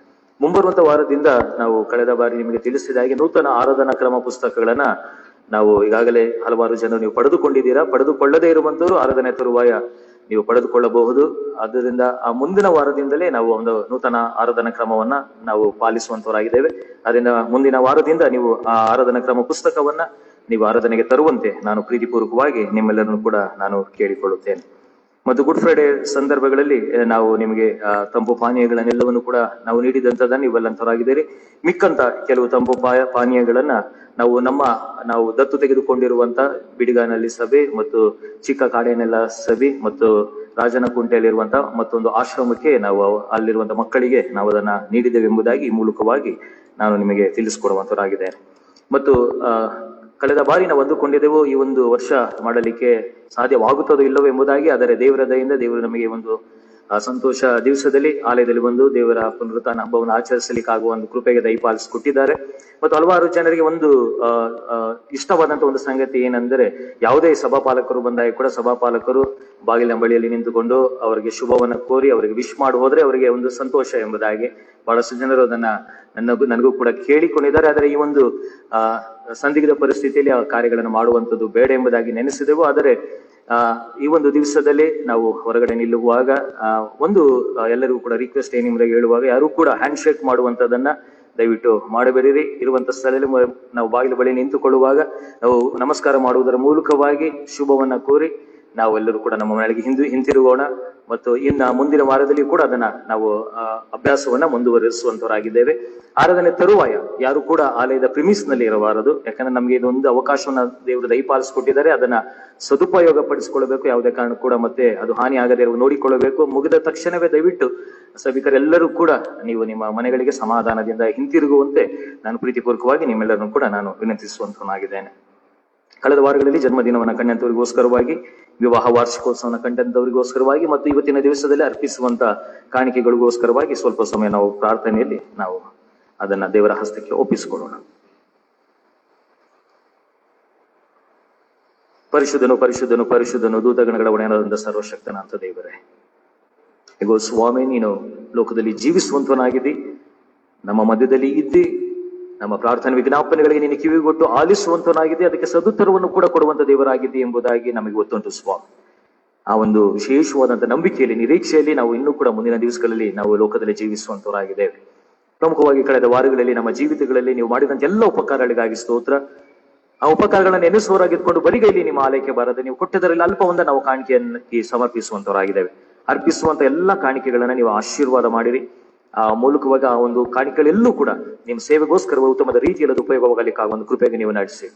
ಮತ್ತು ಯಾರ್ಯಾರು ಕೃತಜ್ಞತಾ ಭಾವದಿಂದ ಕೃತಜ್ಞತಾ ಕಾಣಿಕೆಗಳನ್ನು ಸಮರ್ಪಿಸುವಂತವರ ಆ ಕಾಣಿಕೆಗಳನ್ನು ಕೂಡ ನೀವು ಸ್ವೀಕಾರ ಮಾಡಿ ಅವರ ಜೀವಿತದಲ್ಲಿ ನೀವು ಮಾಡಿದ ಉಪಕಾರವನ್ನು ಎಣಿಸಿ ಅವರು ಬರಿಗೈಲಿ ಬಾರದೆ, ಹೌದು ನನ್ನ ಸ್ವಾಮಿ ನನ್ನ ಜೀವಿತದಲ್ಲಿ ಈ ರೀತಿಯಾದ ಮಹತ್ ಕಾರ್ಯಗಳನ್ನ ಸೂಚಕ ಕಾರ್ಯಗಳನ್ನ ಮಾಡಿದ್ದಾನೆ ಎಂಬುದನ್ನ ನೆನೆಸಿ ಅವರು ಕಾಣಿಕೆಯೊಂದಿಗೆ ಬಂದಿದ್ದಾರೆ. ಅವರನ್ನು ಕೂಡ ಅವರ ಕುಟುಂಬಗಳನ್ನ ನೀವು ಆಶೀರ್ವದಿಸಿ ಅವರು ಜೀವಿತದಲ್ಲಿ ಮಾಡಿದಂಥದ್ದೆಲ್ಲವನ್ನ ಅವರು ಸಾರಿ ತಿಳಿಸಲಿಕ್ಕಾಗುವ ಹಾಗೆ ನೀವು ಅವರನ್ನ ಉತ್ತಮದ ಸಾಧನವನ್ನಾಗಿ ಉಪಯೋಗ ಮಾಡಿಕೊಳ್ಳಿ. ಯಾರ್ಯಾರು ಜನ್ಮದಿನವನ್ನು ಕಂಡಿರುತ್ತಾರೋ ಆ ಒಂದು ಸಹೋದರ ಸಹೋದರಿಯನ್ನ ನೀನು ನಮ್ಮನ್ನು ಜ್ಞಾಪಿಸಿಕೊಳ್ಳುತ್ತೇವೆ. ಅವರ ಜೀವಿತದಲ್ಲಿ ಕೊಡಲ್ಪಟ್ಟಂತ ಮತ್ತೊಂದು ನೂತನವಾದಂತ ವರ್ಷಕ್ಕಾಗಿ ಸ್ತೋತ್ರ ಸ್ವಾಮಿ. ಹೊಸದಾದಂತ ವರ್ಷದಲ್ಲಿ ಅವರಿಗೆ ಬೇಕಾದಂತ ಇನ್ನೂ ಹೆಚ್ಚಿನಂತ ಜ್ಞಾನ, ಬಲ, ಶಕ್ತಿ, ಆರೋಗ್ಯವನ್ನ ದಯಪಾಲಿಸಿಕೊಡಿರಿ. ಸೈತಾನನ ಯಾವುದೇ ಶೋಧನೆಗೆ ಅವರು ಸಿಕ್ಕಿ ಹಾಕಿಕೊಳ್ಳದೆ ಮುಂದಿನ ದಿವಸಗಳಲ್ಲಿ ನನ್ನ ಸ್ವಾಮಿ ನನ್ನ ಸಂಗಡ ಇದ್ದಾನೆ ಎಂಬ ದೊಡ್ಡ ವಿಶ್ವಾಸದಲ್ಲಿ ಅವರು ಮುಂದೆ ಸಾಗಲಿಕ್ಕೆ ಒಂದು ಕೃಪೆಗೆ ನೀವು ನಡೆಸಿರಿ. ಯಾರ್ಯಾರು ವಿವಾಹ ವಾರ್ಷಿಕೋತ್ಸವನ ಕಂಡಿರುತ್ತಾರೋ ಒಂದು ಕುಟುಂಬಗಳಿಗೋಸ್ಕರ ನಾವು ಬೇಡಿಕೊಳ್ಳುತ್ತೇವೆ. ಒಂದು ಕುಟುಂಬಗಳನ್ನು ಕೂಡ ನೀವು ಆಶೀರ್ವಾದ ಮಾಡಿರಿ. ಆ ಒಂದು ಕುಟುಂಬಗಳಿಗೆ ಬೇಕಾಗಿರುವಂತೆಲ್ಲ ಅಗತ್ಯತೆಗಳನ್ನು ನೀವು ಪೂರೈಸಿರಿ ಸ್ವಾಮಿ. ಮಾತ್ರವಲ್ಲದೆ ಒಂದು ಕುಟುಂಬದ ಜೀವಿತದಲ್ಲಿ ಬೇಕಾದಂತ ನೆಮ್ಮದಿ, ಶಾಂತಿ, ಸಮಾಧಾನ ದಯಪಾಲಿಸಿಕೊಡಿರಿ. ಯಾವುದೇ ರೀತಿಯಾದ ಸೈತಾನನ ಶೋಧನೆಗಳಿಗೆ ಅವರು ಒಳಗಾಗದೆ ಆ ಕುಟುಂಬದ ಯಜಮಾನನು ನೀನಾಗಿದ್ದುಕೊಂಡು ಅವರ ಅಗತ್ಯತೆಗಳನ್ನ ಪೂರೈಸಿ, ಹೌದು ನನ್ನ ಸ್ವಾಮಿ ನನ್ನ ಸಂಗಡ ಇದ್ದಾನೆಂಬ ದೊಡ್ಡ ವಿಶ್ವಾಸದಲ್ಲಿ ಅವರು ಮುಂದೆ ಸಾಗಲಿಕ್ಕೆ ಒಂದು ಕೃಪೆಗೆ ನಡೆಸಿರಿ. ನಮ್ಮ ಸಭೆಯಲ್ಲಿರುವಂತ ಎಲ್ಲ ಪುರುಷರನ್ನ, ಮಹಿಳೆಯರನ್ನ, ಯವನಸ್ಥರನ್ನ, ಚಿಕ್ಕ ಮಕ್ಕಳನ್ನ, ಹಿರಿಯ ಸದಸ್ಯರುಗಳನ್ನ ನಮ್ಮದಾಗ ಜ್ಞಾಪಿಸಿಕೊಳ್ಳುತ್ತೇವೆ. ಪ್ರತಿಯೊಬ್ಬೊಬ್ಬರನ್ನ ಆಶೀರ್ವಾದ ಮಾಡಿರಿ. ಇವತ್ತು ಕಾರಣಾಂತರದಿಂದ ಬಾರದೇ ಇರುವಂತ ನಮ್ಮ ಸಭಿಕರನ್ನು ಕೂಡ ನಮ್ಮನ್ನು ಜ್ಞಾಪಿಸಿಕೊಳ್ಳುತ್ತೇವೆ. ಯಾರು ಆನ್ಲೈನ್ ಮೂಲಕವಾಗಿ ಆರಾಧನೆಯನ್ನ ನೋಡುವಂತವರಾಗಿದ್ದಾರೋ ಅವರ ಹಿರಿಯ ಸದಸ್ಯರನ್ನ, ಮಕ್ಕಳನ್ನ ಎಲ್ಲರನ್ನ ನೀವು ಆಶೀರ್ವದಿಸಿ ಬಲಪಡಿಸಿರಿ ಸ್ವಾಮಿ. ಇನ್ನು ಮುಂದಿನ ದಿವಸಗಳಲ್ಲಿ ನಾವು ಧೈರ್ಯದಿಂದ, ಹೌದು ನನ್ನ ಸ್ವಾಮಿ ನನ್ನ ಸಂಗಡ ಇದ್ದಾನೆ, ಆತನು ನನ್ನ ಜೊತೆಗಿರುವಾಗ ನನಗೆ ಹೆದರುವ ಅವಶ್ಯಕತೆಯಲ್ಲಿ ಎಂಬುದಾಗಿ ತಿಳಿದಂತವರಾಗಿ ಸರ್ಕಾರವು ಕೊಡುವಂತ ಎಲ್ಲಾ ಗೈಡ್ಲೈನ್ಸ್ ಗಳನ್ನ ನಾವು ಸರಿಯಾದ ರೀತಿಯಲ್ಲಿ ಪಾಲನೆ ಮಾಡುತ್ತಾ ನಾವು ಉತ್ತಮದ ರೀತಿಯಲ್ಲಿ ನಿನಗೆ ಸಾಕ್ಷಿ ಕೊಡುವ ಮಕ್ಕಳಾಗಿ ಲೋಕದಲ್ಲಿ ಜೀವನ ಮಾಡಲಿಕ್ಕೆ ಆಗುವಂತ ಕೃಪೆಯಾಗಿ ನೀವು ನಡೆಸಿರಿ. ನಮ್ಮ ಯಲಹಂಕ ಪಟ್ಟಣವನ್ನ, ನ್ಯೂ ಟೌನ್ ಮತ್ತು ಓಲ್ಡ್ ಟೌನ್ ಪಟ್ಟಣಕ್ಕೆ ಒಪ್ಪಿಸಿಕೊಡುತ್ತೇವೆ. ಇಲ್ಲಿರುವಂತಹ MLA ನ ಆಶೀರ್ವಾದ ಮಾಡಿರಿ, ಪೊಲೀಸ್ ಆಫೀಸರ್ಗಳನ್ನ ಆಶೀರ್ವಾದ ಮಾಡಿರಿ, ಎಲ್ಲ ಅಧಿಕಾರಿಗಳನ್ನ ನೀವು ಆಶೀರ್ವಾದ ಮಾಡಿರಿ. ಉತ್ತಮದ ರೀತಿಯಲ್ಲಿ ಎಲ್ಲರೂ ಕೂಡ ಆಡಳಿತಗಳನ್ನ ಮಾಡಲು ಅವರಿಗೆ ಬೇಕಾದಂತ ಜ್ಞಾನ, ಬಲ, ಶಕ್ತಿಯನ್ನು, ಆರೋಗ್ಯವನ್ನ ದಯಪಾಲಿಸಿಕೊಡಿರಿ. ಎಲ್ಲಾ ರೀತಿಯಾದ ಇತರ ಮತಸ್ಥಕ್ಕೆ ಸೇರಿದಂತ ಜನರನ್ನ ಆಶೀರ್ವಾದ ಮಾಡಿರಿ. ಅವರೆಲ್ಲರೂ ಕೂಡ ನಿನ್ನನ್ನು ಕಂಡುಕೊಳ್ಳುವ ಒಂದು ಅವಕಾಶವನ್ನು ಅವರಿಗೆ ದಯಪಾಲಿಸಿಕೊಡಿರಿ. ಬೆಂಗಳೂರು ಪಟ್ಟಣದಲ್ಲಿರುವಂತಹ ಪ್ರತಿಯೊಬ್ಬ ಸದಸ್ಯರನ್ನ ನೀವು ಆಶೀರ್ವಾದ ಮಾಡಿರಿ. ಹೌದು ಸ್ವಾಮಿ, ಮಾಧ್ಯಮಗಳಲ್ಲಿ ನಾವು ನೋಡುವಾಗ ಈ ಒಂದು ಕೊರೋನಾ ವೈರಸ್ ನ 2ನೇ ಅಲೆ ಹೆಚ್ಚಾದ ರೀತಿಯಲ್ಲಿ ಆಗುತ್ತಿದೆ ಎಂಬುದಾಗಿ ನಾವು ಕೇಳಿಸಿಕೊಳ್ಳುತ್ತಾ ಇದ್ದೇವೆ. ಆದರೆ ತಂದೆಯಾದ ದೇವರೇ, ಅದನ್ನು ಸಂಪೂರ್ಣವಾದಂತಹ ರೀತಿಯಲ್ಲಿ ನಿಷ್ಕ್ರಿಯಗೊಳಿಸಲು ಅದು ನಿನ್ನಿಂದ ಮಾತ್ರ ಸಾಧ್ಯ ಎಂದು ನಮಗೆ ಗೊತ್ತುಂಟು ಸ್ವಾಮಿ. ಅದು ಏನೇ ಆದಾಗ್ಯೂ ಕೂಡ ಅದನ್ನ ಶಕ್ತಿಯನ್ನ ನಿಷ್ಕ್ರಿಯಗೊಳಿಸಿರಿ. ಇನ್ನು ಮುಂದಿನ ದಿವಸಗಳಲ್ಲಿ ಅದು ಹೆಸರು ಉಳಿದೇ ಇರುವ ಹಾಗೆ ನೋಡಿಕೊಳ್ಳಿರಿ ಎಂಬುದಾಗಿ ನಾವು ಬೇಡಿಕೊಳ್ಳುತ್ತೇವೆ ಸ್ವಾಮಿ. ಅದರಿಂದ ಯಾವುದೇ ನಿನ್ನನ್ನು ಆತುಕೊಂಡಂತ ಮಕ್ಕಳಿಗೆ, ಯಾರು ಯೇಸುವೆ ನನ್ನನ್ನು ಕಾಪಾಡಿ ಎಂಬುದಾಗಿ ಹೇಳುವಂತ ಪ್ರತಿಯೊಬ್ಬೊಬ್ಬರು ಕೂಡ ಅವರು ರಕ್ಷಿಸಲ್ಪಡಲಿ ಸ್ವಾಮಿ. ಅವರು ರಕ್ಷಿಸಲ್ಪಟ್ಟೆ ಪಡುತ್ತಾರೆ ಎಂಬುದಾಗಿ ನಿಮ್ಮ ದೊಡ್ಡ ವಿಶ್ವಾಸದಲ್ಲಿ, ನಂಬಿಕೆಯಲ್ಲಿ ಈ ಮಾತುಗಳನ್ನು ನಾವು ಹೇಳುವಂತವರಾಗಿದ್ದೇವೆ ಸ್ವಾಮಿ. ದಯವಿಟ್ಟು ನಿನ್ನ ಮಕ್ಕಳನ್ನು ಆಶೀರ್ವದಿಸಿ ಬಲಪಡಿಸಿರಿ.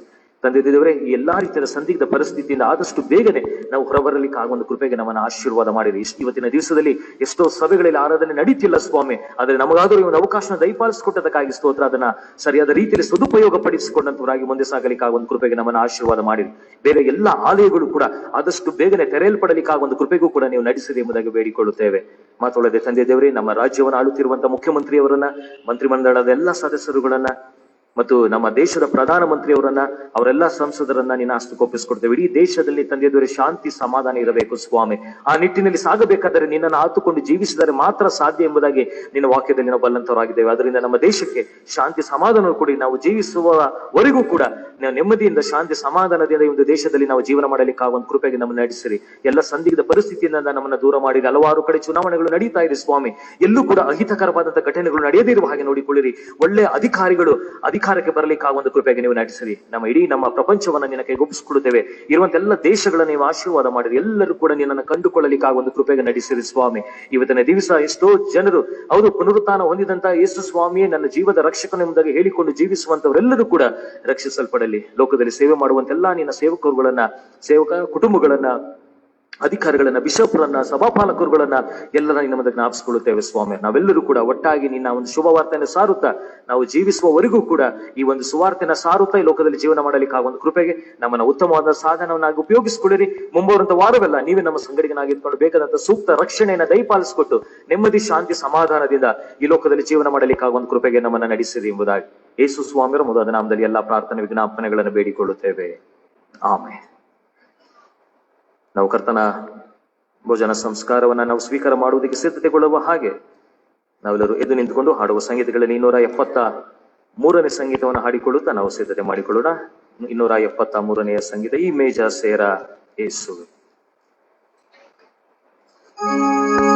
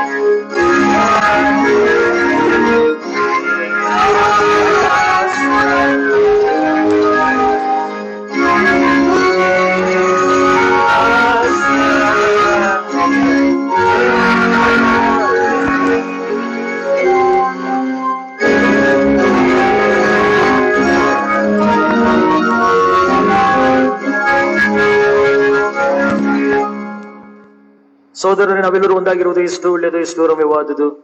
ನಾವೆಲ್ಲರೂ ಒಂದೇ ರೊಟ್ಟಿಯಲ್ಲಿ ಪಾಲು ತಕ್ಕೊಳ್ಳುವುದರಿಂದ ಅನೇಕರಾಗಿರುವ ನಾವು ಒಂದೇ ರೊಟ್ಟಿಯಾಗಿ ಒಂದೇ ದೇಹವಾಗಿಯೂ ಇದ್ದೇವೆ.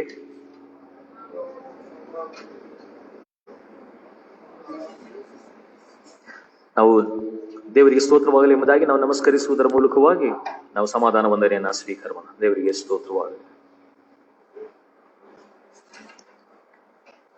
32ನೇ ಪುಟವನ್ನು ಅನುಸರಿಸೋಣ. ಪವಿತ್ರನಾದ ತಂದೆಯೇ, ನಾವು ನಿನ್ನ ಕೃಪಾಸನದ ಹತ್ತಿರ ಬರುವಂತೆ ನಿನ್ನ ಪ್ರಿಯ ಕುಮಾರನ ರಕ್ತದ ಮೂಲಕ ಜೀವವುಳ್ಳ ಹೊಸ ದಾರಿಯನ್ನ ಪ್ರದರ್ಶಿಸಿದವನೇ, ಅಯೋಗ್ಯರಾದ ನಾವು ಆತನ ಮುಖಾಂತರವೇ ನಿನ್ನ ಪಾದದ ಸನ್ನಿಧಿಗೆ ಬಂದಿದ್ದೇವೆ. ಭೂಪಾರಗಳ ಲೋಕದಲ್ಲಿರುವ ಸಮಸ್ತವು ನಿನ್ನದೇ. ನೀನು ಕೊಟ್ಟದನ್ನೇ ನಿನಗೆ ಕೊಟ್ಟಿದ್ದೇವೆ. ನಮ್ಮ ಎಲ್ಲಾ ಕಾಣಿಕೆಗಳನ್ನು ನೀನು ಸ್ವೀಕರಿಸಿ ಎಲ್ಲವನ್ನ ನಿನ್ನ ಮಹಿಮೆಗಾಗಿ ಉಪಯೋಗಿಸಿಕೊಳ್ಳಬೇಕೆಂದು ನಿನ್ನನ್ನ ವಿನಯವಾಗಿ ಬೇಡಿಕೊಳ್ಳುತ್ತೇವೆ. ಆಮೆನ್.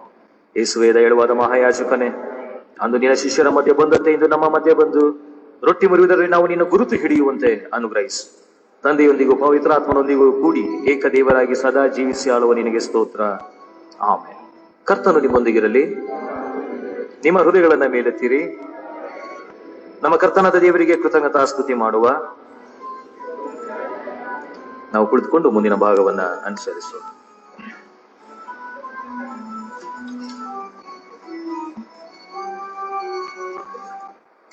ಕರ್ತನೇ, ಪವಿತ್ರನಾದ ತಂದೆಯೇ, ಸರ್ವಶಕ್ತನಾದ ನಿತ್ಯ ದೇವರೇ, ನಾವೆಲ್ಲಾ ಕಾಲಗಳಲ್ಲಿಯೂ ಎಲ್ಲಾ ಸ್ಥಳಗಳಲ್ಲಿ ನಿನ್ನ ಸ್ತುತಿಸುವುದು ನಿಜವಾಗಿ ಯುಕ್ತವು, ನ್ಯಾಯವು ನಮ್ಮ ಕರ್ತವ್ಯವೂ ಆಗಿದೆ. ನಿನ್ನ ಕುಮಾರನಾಗಿರುವ ನಮ್ಮ ಪ್ರಭುವಾದ ಯೇಸು ಕ್ರಿಸ್ತನ ಮುಖಾಂತರ ನಿನ್ನನ್ನು ಸ್ತುತಿಸುತ್ತೇವೆ.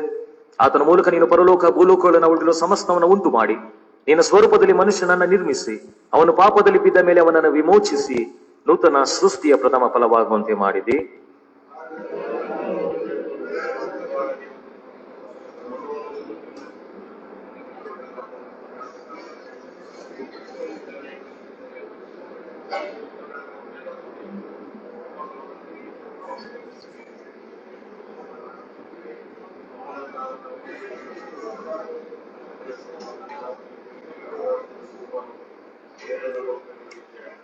ಪರಲೋಕದಲ್ಲಿರುವ ತಂದೆಯೇ, ನೀನು ನಿಜವಾಗಿ ಪರಿಶುದ್ಧನು, ನಿಜವಾಗಿ ಸ್ತುತಿಪಾತ್ರನೂ ಆಗಿದ್ದಿ.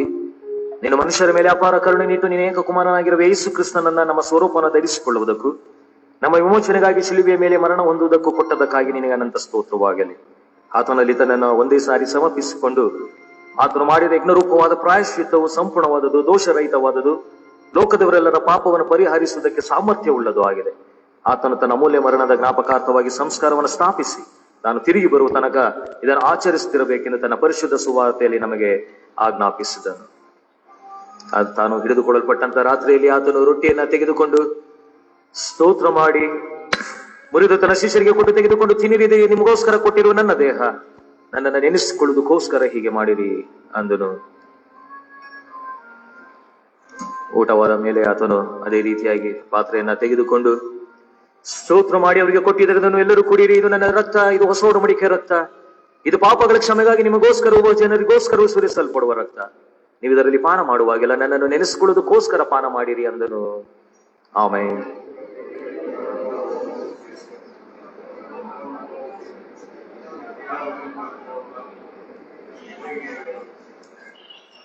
ಆದ್ದರಿಂದ ತಂದೆಯೇ, ನಾವು ನಮ್ಮ ಕುಮಾರನಾಗಿರುವ ನಮ್ಮ ಪ್ರಭುವಿನ ಅಮೂಲ್ಯವಾದ ಶ್ರಮ, ಮರಣ, ಮಹಿಮೆಯ ಪುನರುತ್ಥಾನ, ದಿವಾರೋಹಣ ಇವುಗಳ ಸ್ಮರಣೆ ಮಾಡಿ ಆತನ ಅಪ್ಪಣೆಯ ಪ್ರಕಾರ ಆತನು ತಿರುಗಿ ಬರುವ ತನಕ ಆತನ ಜ್ಞಾಪಕಾರ್ಥವಾಗಿ ಈ ಸಂಸ್ಕಾರವನ್ನು ಆಚರಿಸುತ್ತಾ ಆತನಲ್ಲಿ ನೀನು ನಮಗೋಸ್ಕರ ಸಾಧಿಸಿದ ಪರಿಪೂರ್ಣ ವಿಮೋಚನೆಗಾಗಿ ನಿನಗೆ ಸ್ತೋತ್ರವನ್ನ ಸಲ್ಲಿಸುತ್ತೇವೆ.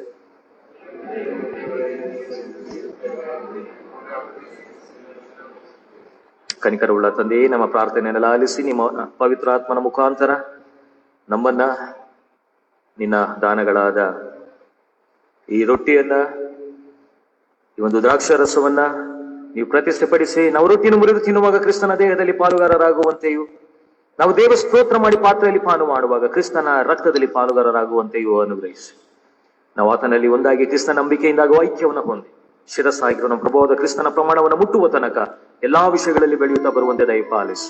ಆತನ ಮೂಲಕವಾಗಿಯೂ ಆತನೊಂದಿಗೂ ಪವಿತ್ರಾತ್ಮನ ಐಕ್ಯತೆಯಲ್ಲಿ ಸರ್ವಶಕ್ತನಾದ ತಂದೆಯೇ, ನಿನಗೆ ಮಾನ ಪ್ರಭಾವಗಳು ಯುಗ ಯುಗಾಂತರಗಳಲ್ಲಿ ಇರಲಿ. ಆಮೆನ್. ನಾವೆಲ್ಲರೂ ಒಟ್ಟಾಗಿ ನಮ್ಮ ಕರ್ತನು ಕಲಿಸಿಕೊಟ್ಟ ಪ್ರಾರ್ಥನೆಯನ್ನ ಹೇಳಿಕೊಳ್ಳೋಣ. ಪರಲೋಕದಲ್ಲಿ ನಮ್ಮ ತಂದೆಯೇ, ನಿನ್ನ ನಾಮ ಪರಿಶುದ್ಧವೆಂದು ಎಣಿಸಲ್ಪಡಲಿ, ನಿಮ್ಮ ರಾಜ್ಯವು ಬರಲಿ, ನಿಮ್ಮ ಚಿತ್ತ ಪರಲೋಕದಲ್ಲಿ ನೆರವೇರ ಪ್ರಕಾರ ಭೂಲೋಕದಲ್ಲಿ ನೆರವೇರಲಿ. ನಮ್ಮನ್ನು ದಿನದ ಆಹಾರ ದಯಪಾಲಿಸಿ, ನಮಗೆ ತಪ್ಪು ಮಾಡುವ ನಾವು ಕ್ಷಮಿಸಿದ ತಪ್ಪುಗಳನ್ನು ಕ್ಷಮಿಸಿ, ನಮ್ಮನ್ನು ಶೋಧನೆಗೆ ಸೇರಿಸಲಿಕ್ಕೆ ನಮ್ಮನ್ನು ತಪ್ಪಿಸಿ, ರಾಜ್ಯ ಬಲವು ಮಹಿಮೆ ಸದಾಕು ನಿನವೇಸುವ. ನಾವೆಲ್ಲರೂ ಮೊಣಕಾಲೂರಿಕೊಂಡು 35ನೇ ಪುಟದಲ್ಲಿರುವಂತಹ ಅರಿಕೆಯನ್ನು ಒಟ್ಟಾಗಿ ನಾವು ಹೇಳಿಕೊಳ್ಳೋಣ.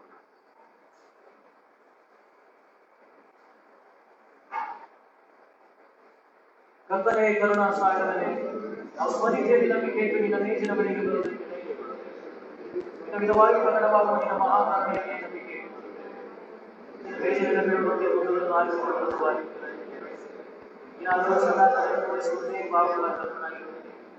ಮಾಡುವ ಪ್ರಭುವೇ, ನಾವು ನಿನ್ನ ಆತ್ಮೀಯ ಕುಮಾರನಾದ ಆತನ ರಕ್ತವನ್ನು ಕುಡಿಯುವಂತೆ ನಮಗೆ ಅನುಗ್ರಹ ಮಾಡು. ಆತನ ಪರಿವರ್ತನೆಯ ಮೂಲಕ ಪಾಪಮಯವಾದ ನಮ್ಮ ದೇಹ ಶುದ್ಧಿ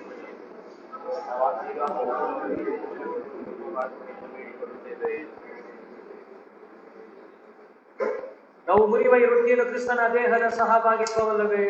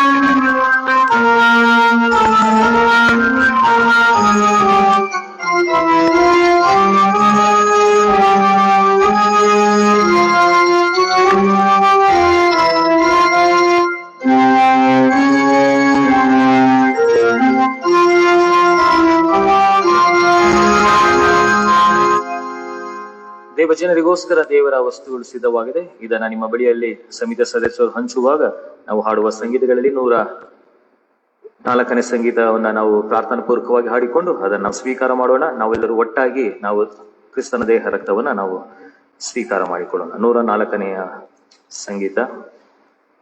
ಕ್ರಿಸ್ತೇಸು ನಿಜ ತೀರ್ಥವು, ಈ ತೀರ್ಥದೊಳಗೆ ಪಾಪಾತ್ಮ ತೊಳಕೊಳ್ಳಲು ಶುದ್ಧ ಅಥವಾ ಗೀತೆಯನ್ನು ಆಡುವಾಗ ನಿಮ್ಮ ಬಳಿಯಲ್ಲೇ ಹಂಚಲಾಗುವುದು.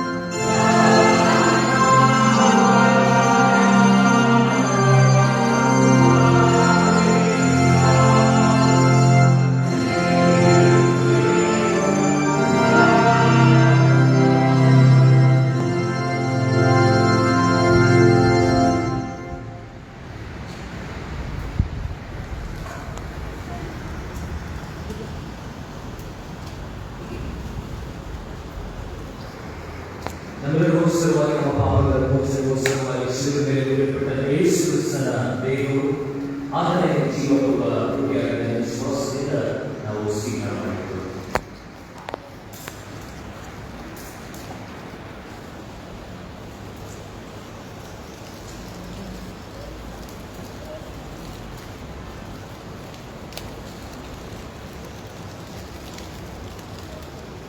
ನಮಗೋಸ್ಕರವಾಗಿ ನಮ್ಮೆಲ್ಲರ ಪಾಪಗಳಿಗೋಸ್ಕರವಾಗಿ ಒಂದು ಲೋಕದ ಪಾಪಕ್ಕೋಸ್ಕರವಾಗಿ ಶಿಲುಬೆಯಲ್ಲಿ ಸುರಿಸಲ್ಪಟ್ಟ ಯೇಸು ಕ್ರಿಸ್ತನ ರಕ್ತವು ಆತನೇ ನಿಜವಾದ ರಾಷ್ಟ್ರಪತಿಯಾಗಿದೆ ವಿಶ್ವಾಸದಿಂದ ನಾವೆಲ್ಲರೂ ಅದನ್ನು ಸ್ವೀಕಾರ ಮಾಡಿದ್ದೇವೆ.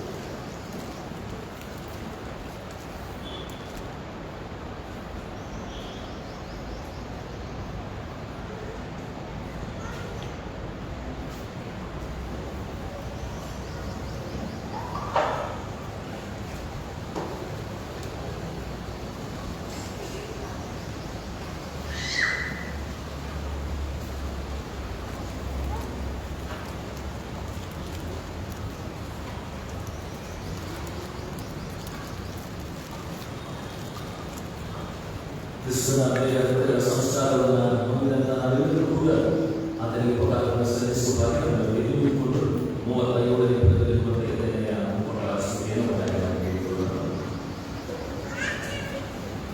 ಸರ್ವಶಕ್ತನಾದ ದೇವರೇ, ಈ ಪವಿತ್ರವಾದ ಸ್ತುತಿಯನ್ನು ನಿಮ್ಮೆಲ್ಲರ ದೋಷಿ ಮಾನವ ನಾಶಕವಾಗಿರುವ ಯೇಸು ಕ್ರಿಸ್ತನ ಅತ್ಯಮೂಲ್ಯವಾದ ದೇಹದ